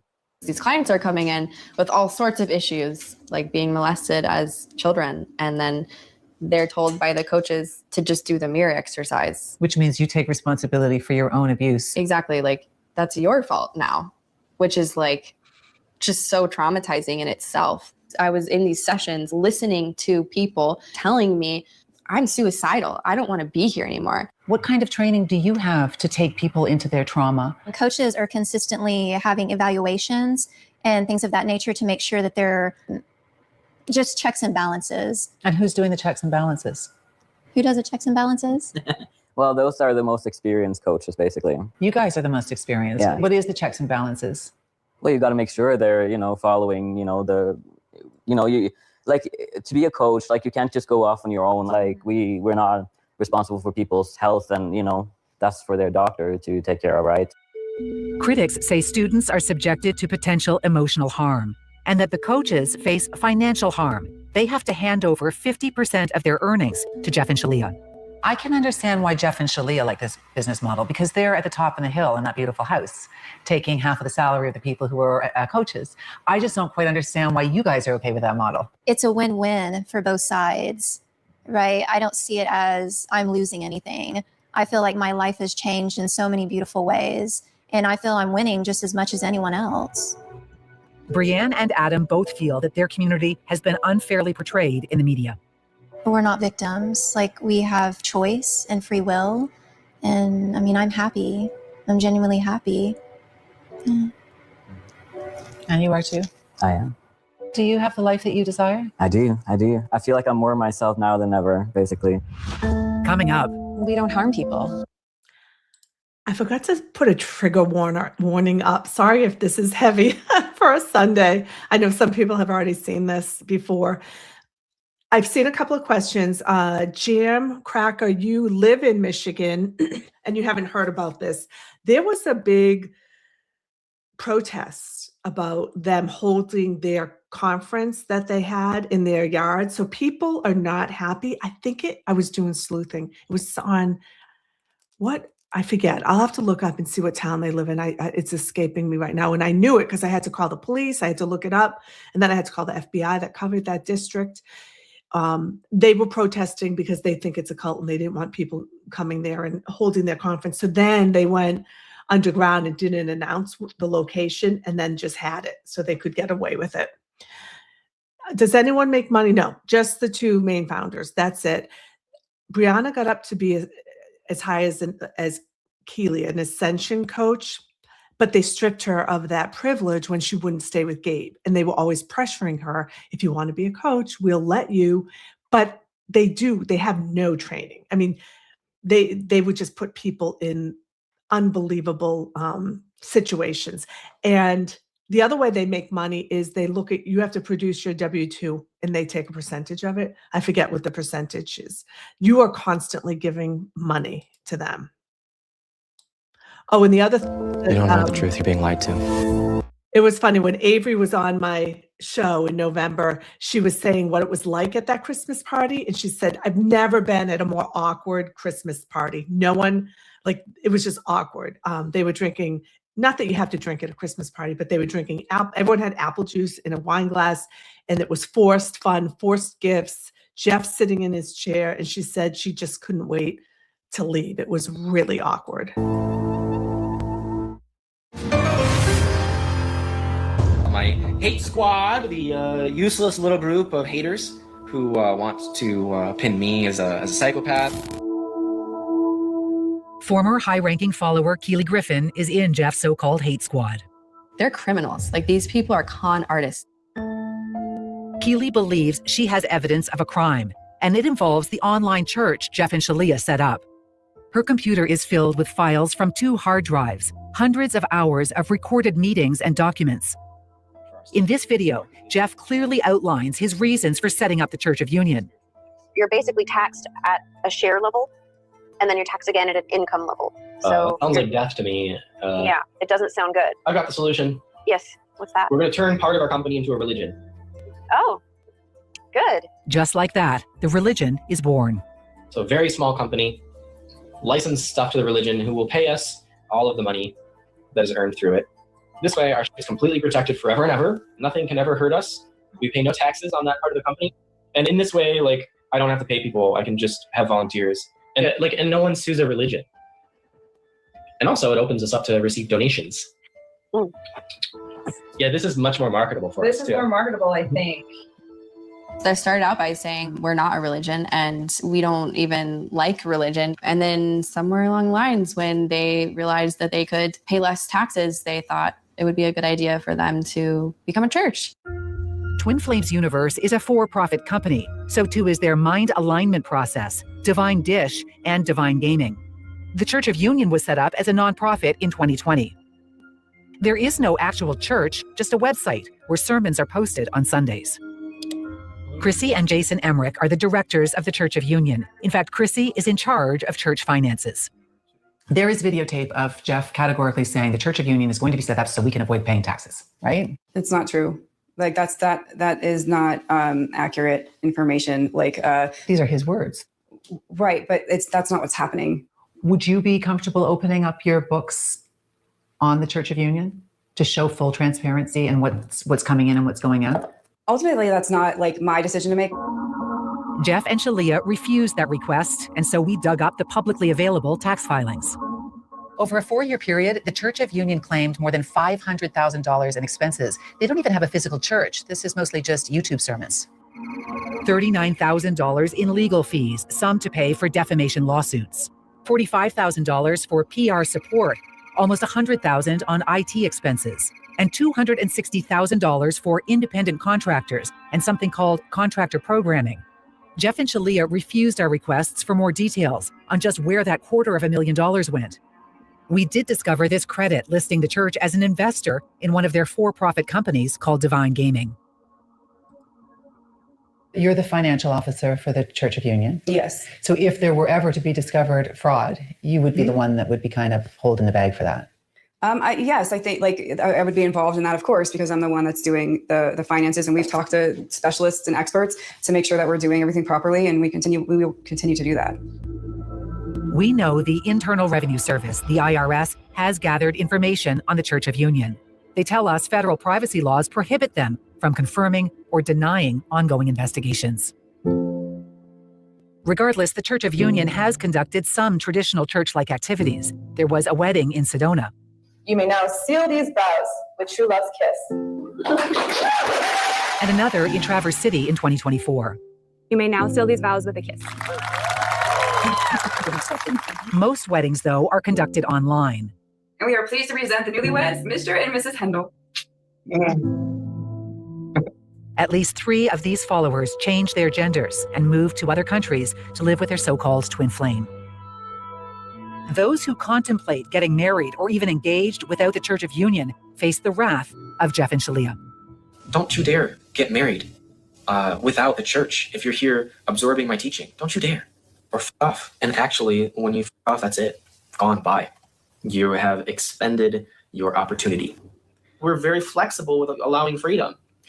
But where freedom is abused, it will be taken from you. And this is not in any way unreasonable, what Jeff and I are saying and what we're asking. It's excruciatingly generous, as always. It's generous. I know what the f I'm talking about.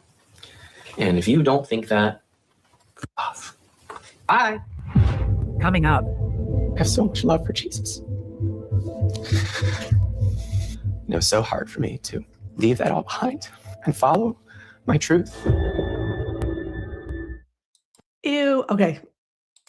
A couple of questions. Well, there's like a half an hour left, and it's all just really good content. I feel bad that I didn't play the full thing when I had Avery on. I really feel bad. I should have done that. People were asking, so we didn't know what to do, right? Your instinct, my instinct when Brianna went to Los Angeles is I called her up. It's in the documentary. I dropped an F-bomb. I said, what the fuck are you doing? And she said, Auntie, if you're going to project negative feelings on me, then we're not going to talk anymore.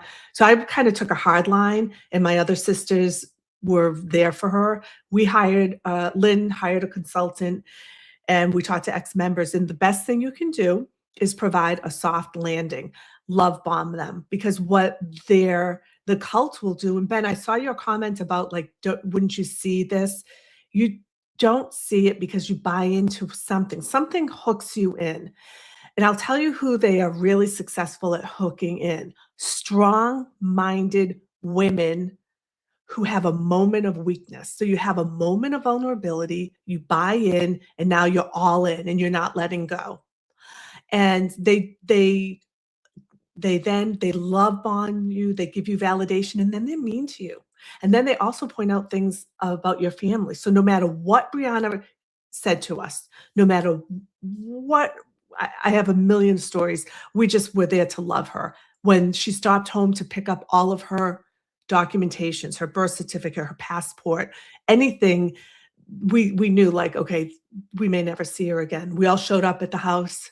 Oh, hi, we met Gabe for the first time. Hi, Gabe. Hi, Brianna. We love you. Let's go to lunch. And they couldn't wait to get out fast enough. Lynn was so smart. And she said, I don't have your documents. It's Saturday. I'll send them to you. And she never did. They're at the bank. They're at the lockbox at the bank. She was so smart. So always providing that soft landing, always, no matter how crazy the information was, acting interested. Tell me more about the mirror exercise, just so she felt the connection. The hope that the leaders have is that you'll yell at them, tell them they're crazy, and then it's easier for them to block. So that was that. Yeah, interesting part about the religion too. Let's just make it a religion. That's oh, wait, I saw a question. Yes, that's exactly what my instinct was. And that's what the police did. So I actually called the police, explained the situation. They were very nice, and they said, we will go there. We've had many complaints, and they did go there. Yes, Brianna graduated college. She taught for a few years. Then she went to Thailand and taught English for a year. She's very well-traveled, well-spoken. She's a marvelous singer. And now she is in tech. So we're very proud of her. She's doing really well. All right, let's finish this up. I always need a break just to kind of, oof.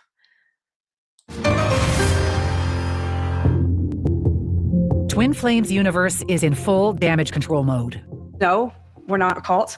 It's not physically possible to brainwash someone online. Followers recently posted these videos to give their side of a story that's been covered without their voices by Netflix, Amazon, Vanity Fair, and Vice. What we saw in the media was just like a salacious attempt with like cherry picking thousands of videos. I was guided to like explore myself. No one forced me to change my name, change my gender, change my have surgeries. Obviously, Jeff is not God. Jeff never said that he was God. It's an attempt to change the narrative about their community, a PR campaign that now includes me. Chrissy and Jason Emmerich have opened up their home and invited us in. I have sessions today, a couple sessions today. And I love my life with Jay. I absolutely love it. I love spending time with this man. I never get tired of him. I always want to spend time with him. Chrissy and Jason have been together for what they say. They put Chrissy on Brianna at the end to give her special coaching. That's how desperate they were to make her stay and go back to Gabe. So Chrissy was the one who was constantly there trying to convince her to stay and to go back to Gabe. Is the best 5 years of their lives. Are you happy in your life? Yeah. And you have everything that was promised you when you first joined Twin Flames Universe? I think the only thing that was promised to me was my twin flame. So yeah. Jason and Chrissy started out living together as a so-called soul family, each believing someone else was their twin flame. And then they got the call. Jeff was like, well, we really think you guys should explore that you two are twin flames. Because you were really freaked out at first. It's like, that's not what you wanted. No. Right. Like, I mean, we were on this journey for, what was it, 2 or 3 years thinking that like it was someone else. And so there's a lot to process there. Right. But did it ever strike you as odd that all of a sudden you two are actually twin flames? Like, it's just a bit hard for an outsider to grasp. It's not like they're matchmaking people in any way. They're just like, hey, you guys have a connection here. Why don't you explore it and see what's there? Sometimes it resulted in twin flames. Sometimes it didn't.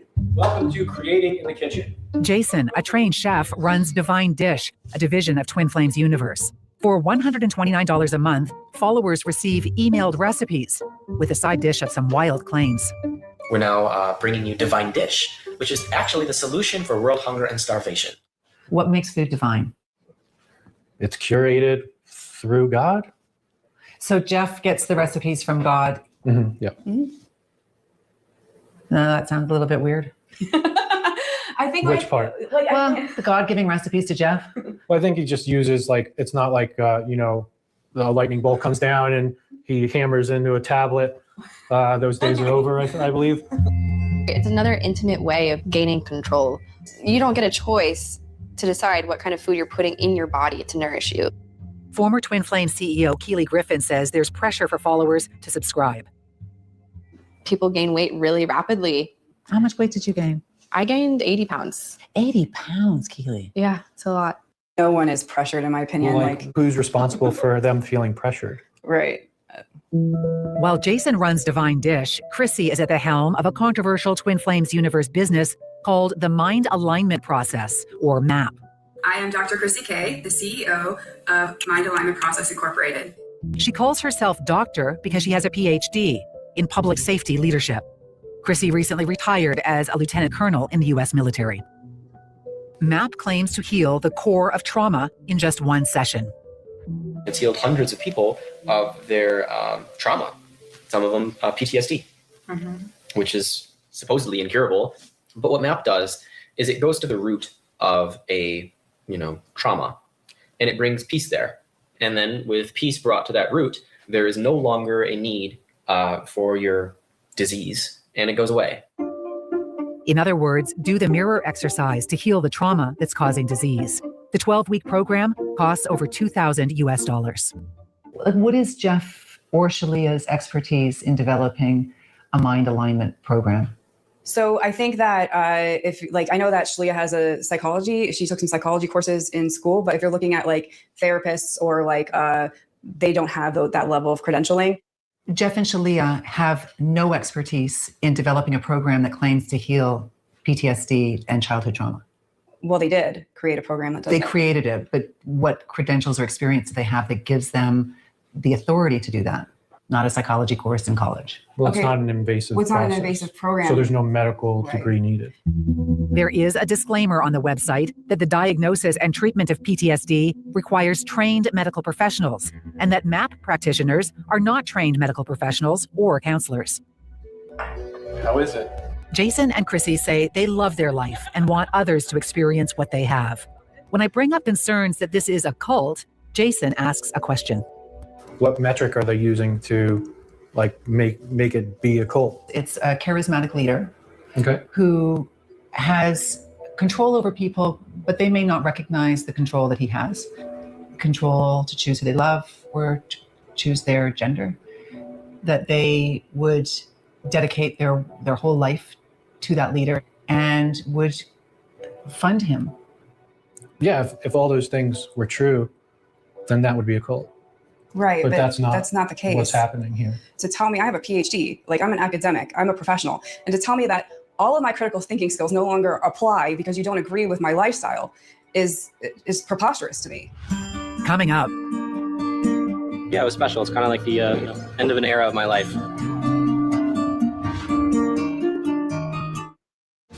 Okay, couple of questions that came through. There's about 10 minutes left. Joy, you asked about, do they work?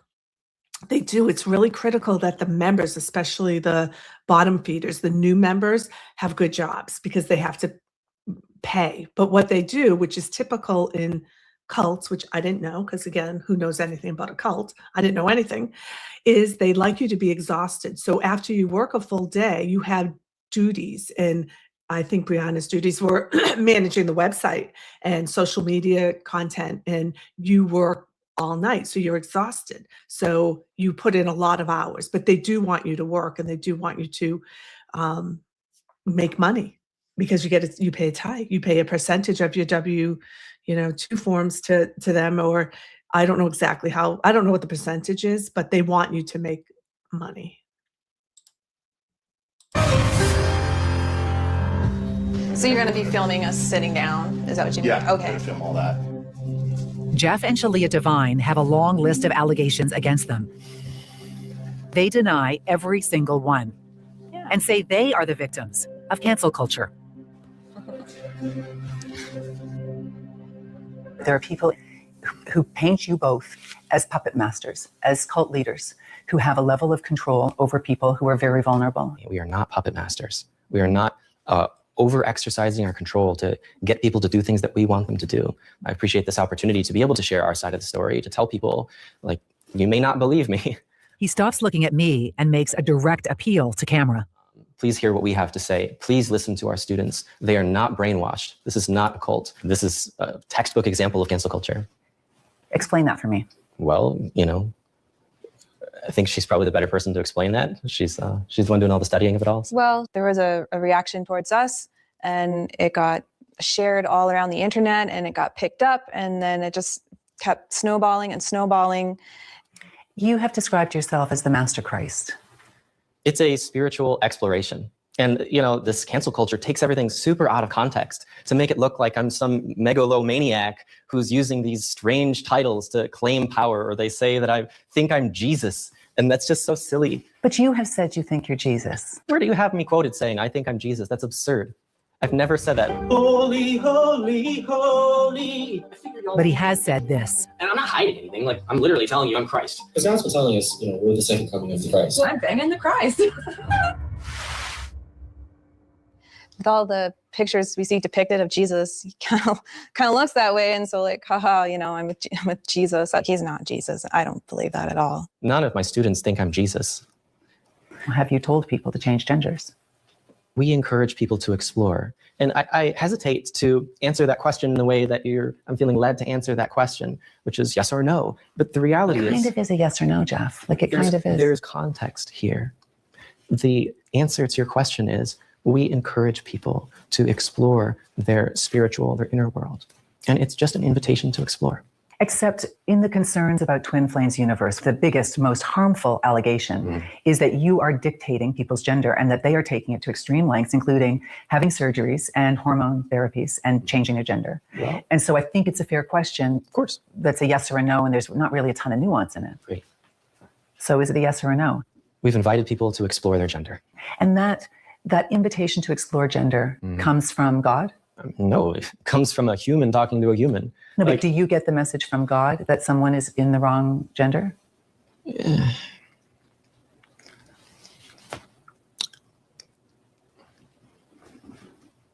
If you could give me a moment to collect myself. Thank you. Avery, I love her face.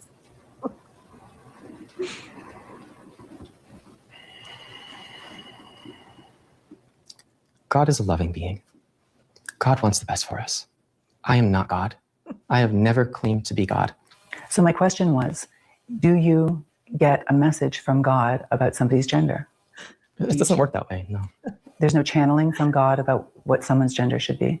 So we as professionals get intuitive hits, you might say. Hey, this might be a good idea. It's explorative. Like this heavy frame is just not the reality. But Jeff, it's a heavy consequence to have kind of a whim that someone might be a different gender. It's not a whim. I get how this all looks, but it's just not true. Jeff was saying, like, we could see on the spiritual horizon. And because Jeff and I, like, we live in twin flame union, it's like we see color where someone is colorblind. Like, we can see that. And first, I hardly believe that the LGBTQ plus community would agree that changing your gender is an entirely harmful thing. It's absolutely not a harmful thing unless someone else is telling you that you are the wrong gender. Sure. And then it's a very harmful thing. This is not, once again, it's not something that's imposed upon you. You can't impose things. The trans community hates them. It is such it goes against their beliefs. They've come out against them, and they're horrified that he is forcing gender change, just FYI for that. Upon people on their spiritual journey. We were their, like, direct guide. They can choose not to do it or not to, you know, like. If you have an element of control over them or sway over them, okay, and they hear you say that, and they know that it will please you. We don't encourage that kind of power dynamic. Yeah. You don't? No. No. Really? Mm-hmm. You're my student. You do not school me. You should shut the f up. So Shannon, we were really concerned in the documentary. My sister Lynn was really concerned that she would come off as homophobic, and you know, she's like, "Gosh, I don't have any."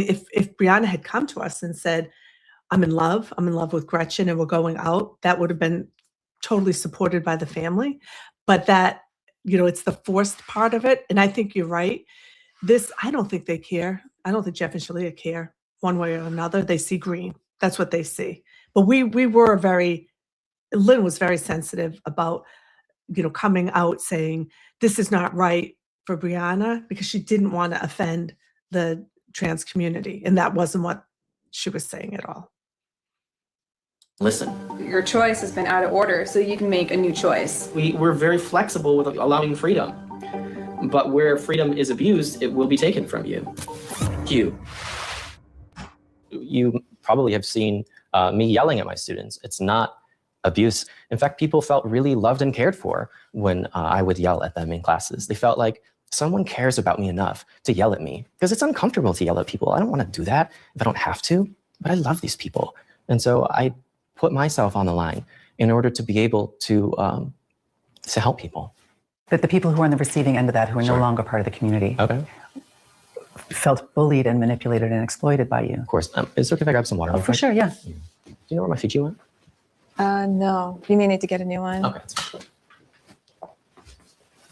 So Jeff, you talk about yelling at people lets them know that you actually are showing them love. No, but kind of. In this topsy-turvy universe, love is expressed in anger, and hate is a consequence of love. Why are you the lightning rod for so much hate? I think because we love people. It doesn't make sense, Jeff. The equation doesn't add up. People who love don't usually receive hate. I just don't. That's not true. That's not true. Look at history. Okay, tell me. Well, I'm not the. Well, you look at, for instance, like a lot of like historical figures, like Martin Luther King. You know, like I grew up Catholic, so I think of Jesus. You know, like he was just loving everybody, even though it was difficult. When you love people deeply, it touches parts of their hearts and themselves that are hurt, and so that can cause that hurt to come out.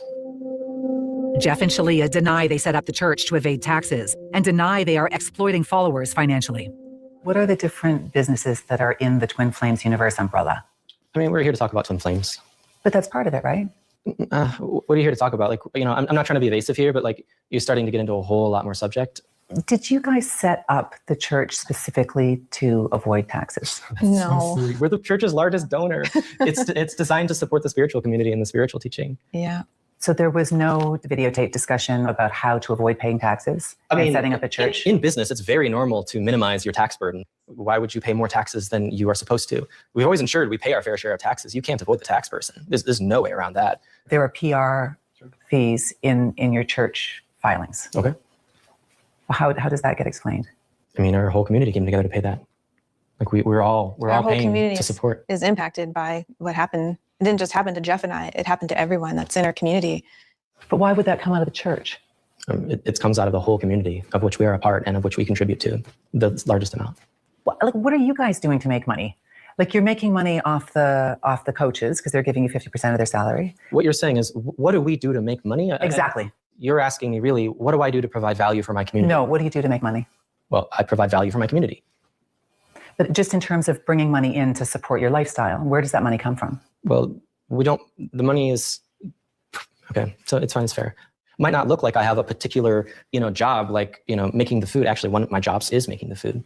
And I do design the menus for Divine Dish. It's a creative level of things. It's entrepreneurial endeavor. If there's some sort of perception that we don't do anything, we're just profiting all this, it's absolutely upside down. We work incredibly hard. And, Twice in the interview, Jeff, out of the blue, starts crying over his love for Jesus. I grew up Catholic, and I left the religion in the church because of their stance on gay marriage. I felt that if two people loved each other, they should, I'm very passionate about this. They should be allowed to get married. It was so painful to leave my church. I have so much love for Jesus. I'm evil for laughing, I know. And it was so hard for me to leave that all behind and follow my truth. But it was the right thing to do. Jeff and Shalia say their logic and intuition have led them to believe their toddler Grace will only have one lover, God. We believe she's more like a monastic soul, someone whose life path is dedicated to God as their love or lover alone. But I'm still going to teach her about, sex and sexuality. This is just an idea that we have come to, and we're seeing where it goes. They have abandoned altogether another idea, that concept of golden children, which former followers believe is an attempt to breed a larger community. It was a passing idea, just a thought, just playing around with an idea, It's kind of strange, kind of weird. Yeah. Seemed maybe cool. Seemed like a cool idea. Explored it for a short time and let it go. And then it wasn't like a big deal or anything. Do you think that it's possible that you will one day see inviting people to explore the divine masculinity as a silly idea that you should move away from? Yeah. Part of your... Yeah, any of it. There's no sacred cows here. Like even the twin flame concept, it's okay if it's misproven. Followers have moved countries, married strangers, changed genders, based on teachings that no longer seem set in stone. You guys are on a journey that people are following very closely because they believe in you. Yeah. And you're experimenting with things that... They know that we're experimenting. They know we're experimenting. Trust me, people have a mind of their own in our spiritual community, Very and much so. they don't always listen to us. And that's okay. I don't really care. It's your life. Is this all going to come crashing down? No, I think if anything, we're only going to continue to thrive. Why are you getting all misty-eyed? I'm thinking about Jesus. My love for Jesus. Yeah, so just thinking about that. How is your relationship? It's really good. So good. Yeah, we're very happy. We're very in love. We'll start to cry. Yeah. It's very it's very sacred to us. It's like our altar. Mm-hmm. And I love Jeff with my whole heart, and I'll be with him forever. I've never been so happy in my entire life. I'm such a better person, and I love myself so much, and he's taught me that. But the business doesn't continue without that love for each other, right? It's I all don't know. built on your twin flame union. Yeah, our whole life is. Mm-hmm. Mm-hmm. And that's built on our relationship with God. Yeah. So I would rather not be in a world without God. If God isn't real, then take me away. I don't want any part of that. I believe God is real, and I built everything on him. Coming up. I'm not going to stop, and I hope that Jeff and Shalia know that. Let's see, we've got 3 minutes left. Just going to take a question. Yes. Coco and Chloe, where is this couple? It's them. They own it. They started this whole thing. Jeff and Shalia are not even their real names. I guess they call her Amma and him Baba. I don't know, something else. I forget what the members call them. It's supposed to mean father of Christ and mother of Christ. So the baby thing was really, that's a whole, we could do a whole episode on the baby thing. And I hate to even talk about it because now she's here, but the whole journey at first, because they could not have a boy, they had to have a female. My dog's going to start barking because UPS is here. Shh, it's okay. And okay. Can you hear? Do you hear the dog barking? It's okay. He's cute. So they went to an IVF clinic, and we were horrified that a physician would go through this process with them, knowing that they wanted to have a girl. Specifically, it was very public. They wanted to have a female, and they wanted to have her round out their trinity, and she would never be married. And it was so disturbing. And then something happened along the way where she went through several sessions, and she said she was pregnant, then she wasn't pregnant, and then something happened. The clinic refused to treat them anymore. And then like a year later, there was a baby. And I guess she was pregnant. So we don't really know. The community knew, Brianna knew she was going to have a baby. They kept it so secretive. No one knew. And then all of a sudden there was a baby girl.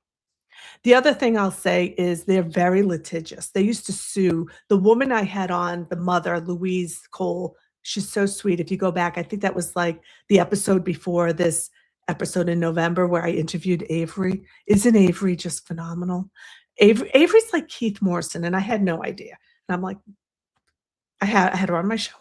It was crazy.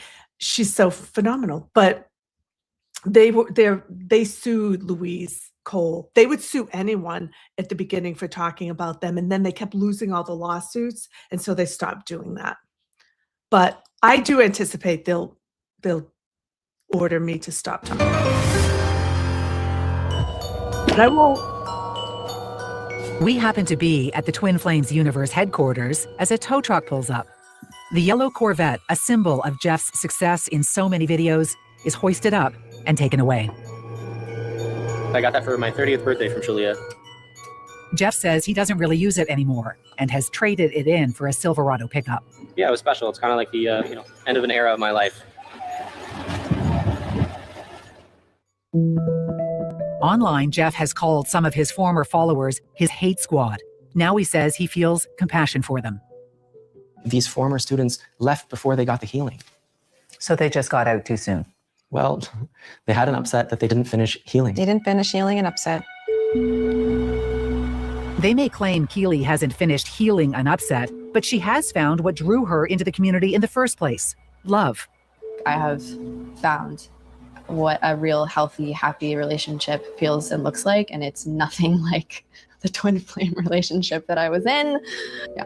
You found love without it being channeled by anybody? I found love without it being channeled. Yes, I found love without anyone telling me who it was, or it was on my own, and I'm very happy. Victoria, too, has love in her life away from the Twin Flames universe. My life is really good. Everything that I wanted in a relationship is what I found. And I wouldn't have had that had I stayed in that group. We know that the people in the Twin Flames universe will be watching this. What sort of a message would you want them to hear from you? There is life to be had outside of Twin Flames universe. It isn't hell. It isn't insanity. It's a good life. I would love for them to feel like they have the freedom to choose what they actually want to do with their lives and their bodies and their minds. They're not victims, and they're not brainwashed. They're very smart people, and they can choose to be with Twin Flames universe or not be with Twin Flames universe. This is online. You can just close your browser and you can't do anything. I'm not going to stop until something is done to hold Jeff and Shalia accountable, and I hope that Jeff and Shalia know that.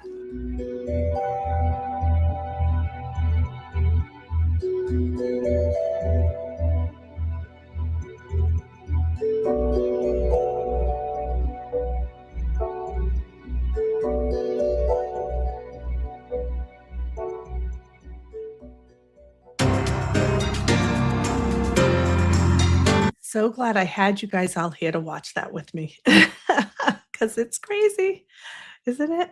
Brianna is not ready to be interviewed. She is out. She is supportive of this channel. She knows that we're doing it for all the right reasons, but she's not. She may never want to, honestly, and that's okay.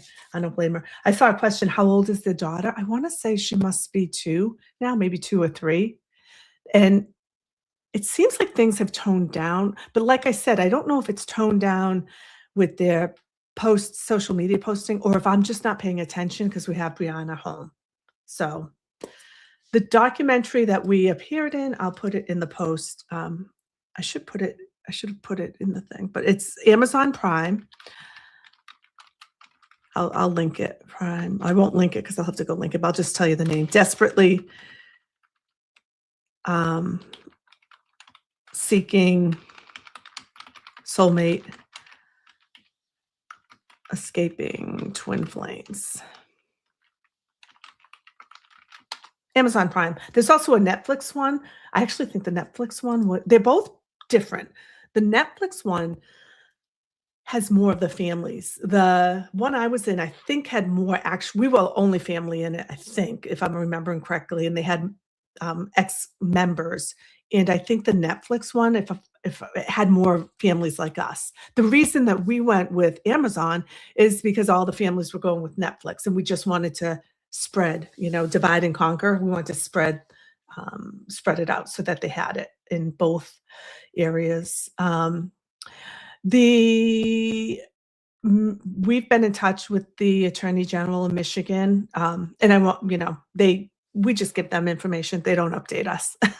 Surprise. So we don't get feedback on where it stands. So we are extremely grateful that we were here. They don't. And actually, I reached out, part of the story. There's a lot of pieces that obviously we've skimmed through, and I'll continue to just remember stuff and say, oh, I can talk about that. I reached out. I found Gretchen's family, tried to connect with the mother, ended up actually speaking live with the brother, but they were estranged. They were working through issues. So they were estranged from Gretchen at the time, and he was 21. He didn't know where I was coming with. I hit him like a ton of bricks. So I was a lot for him, let's just say. So they didn't want to. I thought maybe we could collaborate and work together to get them out and to be a united force. But that didn't work, which is fine. There's no judgment there. It just means that we wanted to always, we tried every avenue possible to get Brianna out. So it was so nice to share this time with you all.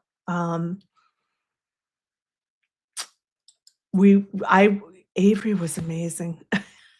She asked the best questions, and Jeff called her after. So this wasn't a documentary, but it came out on, like I said, it's like the Canadian version of 60 Minutes. And he called her afterwards to thank her for the great job. And she was shocked. She said, I was like, how do you think this was positive for you? She didn't say that to him. She said that to me. She was just shocked that he was like, thank you so much for a fair view of an insight. So it was crazy. we're going to have a really fun sisters night, Tuesday night, Cyberchick and our salty sisters. We are going to do games. Lynn, the one on the couch, is in charge. She's bringing it. She wants to play games. So I hope you can join us. Have a fabulous Sunday. And thank you all so much for being here. Take care.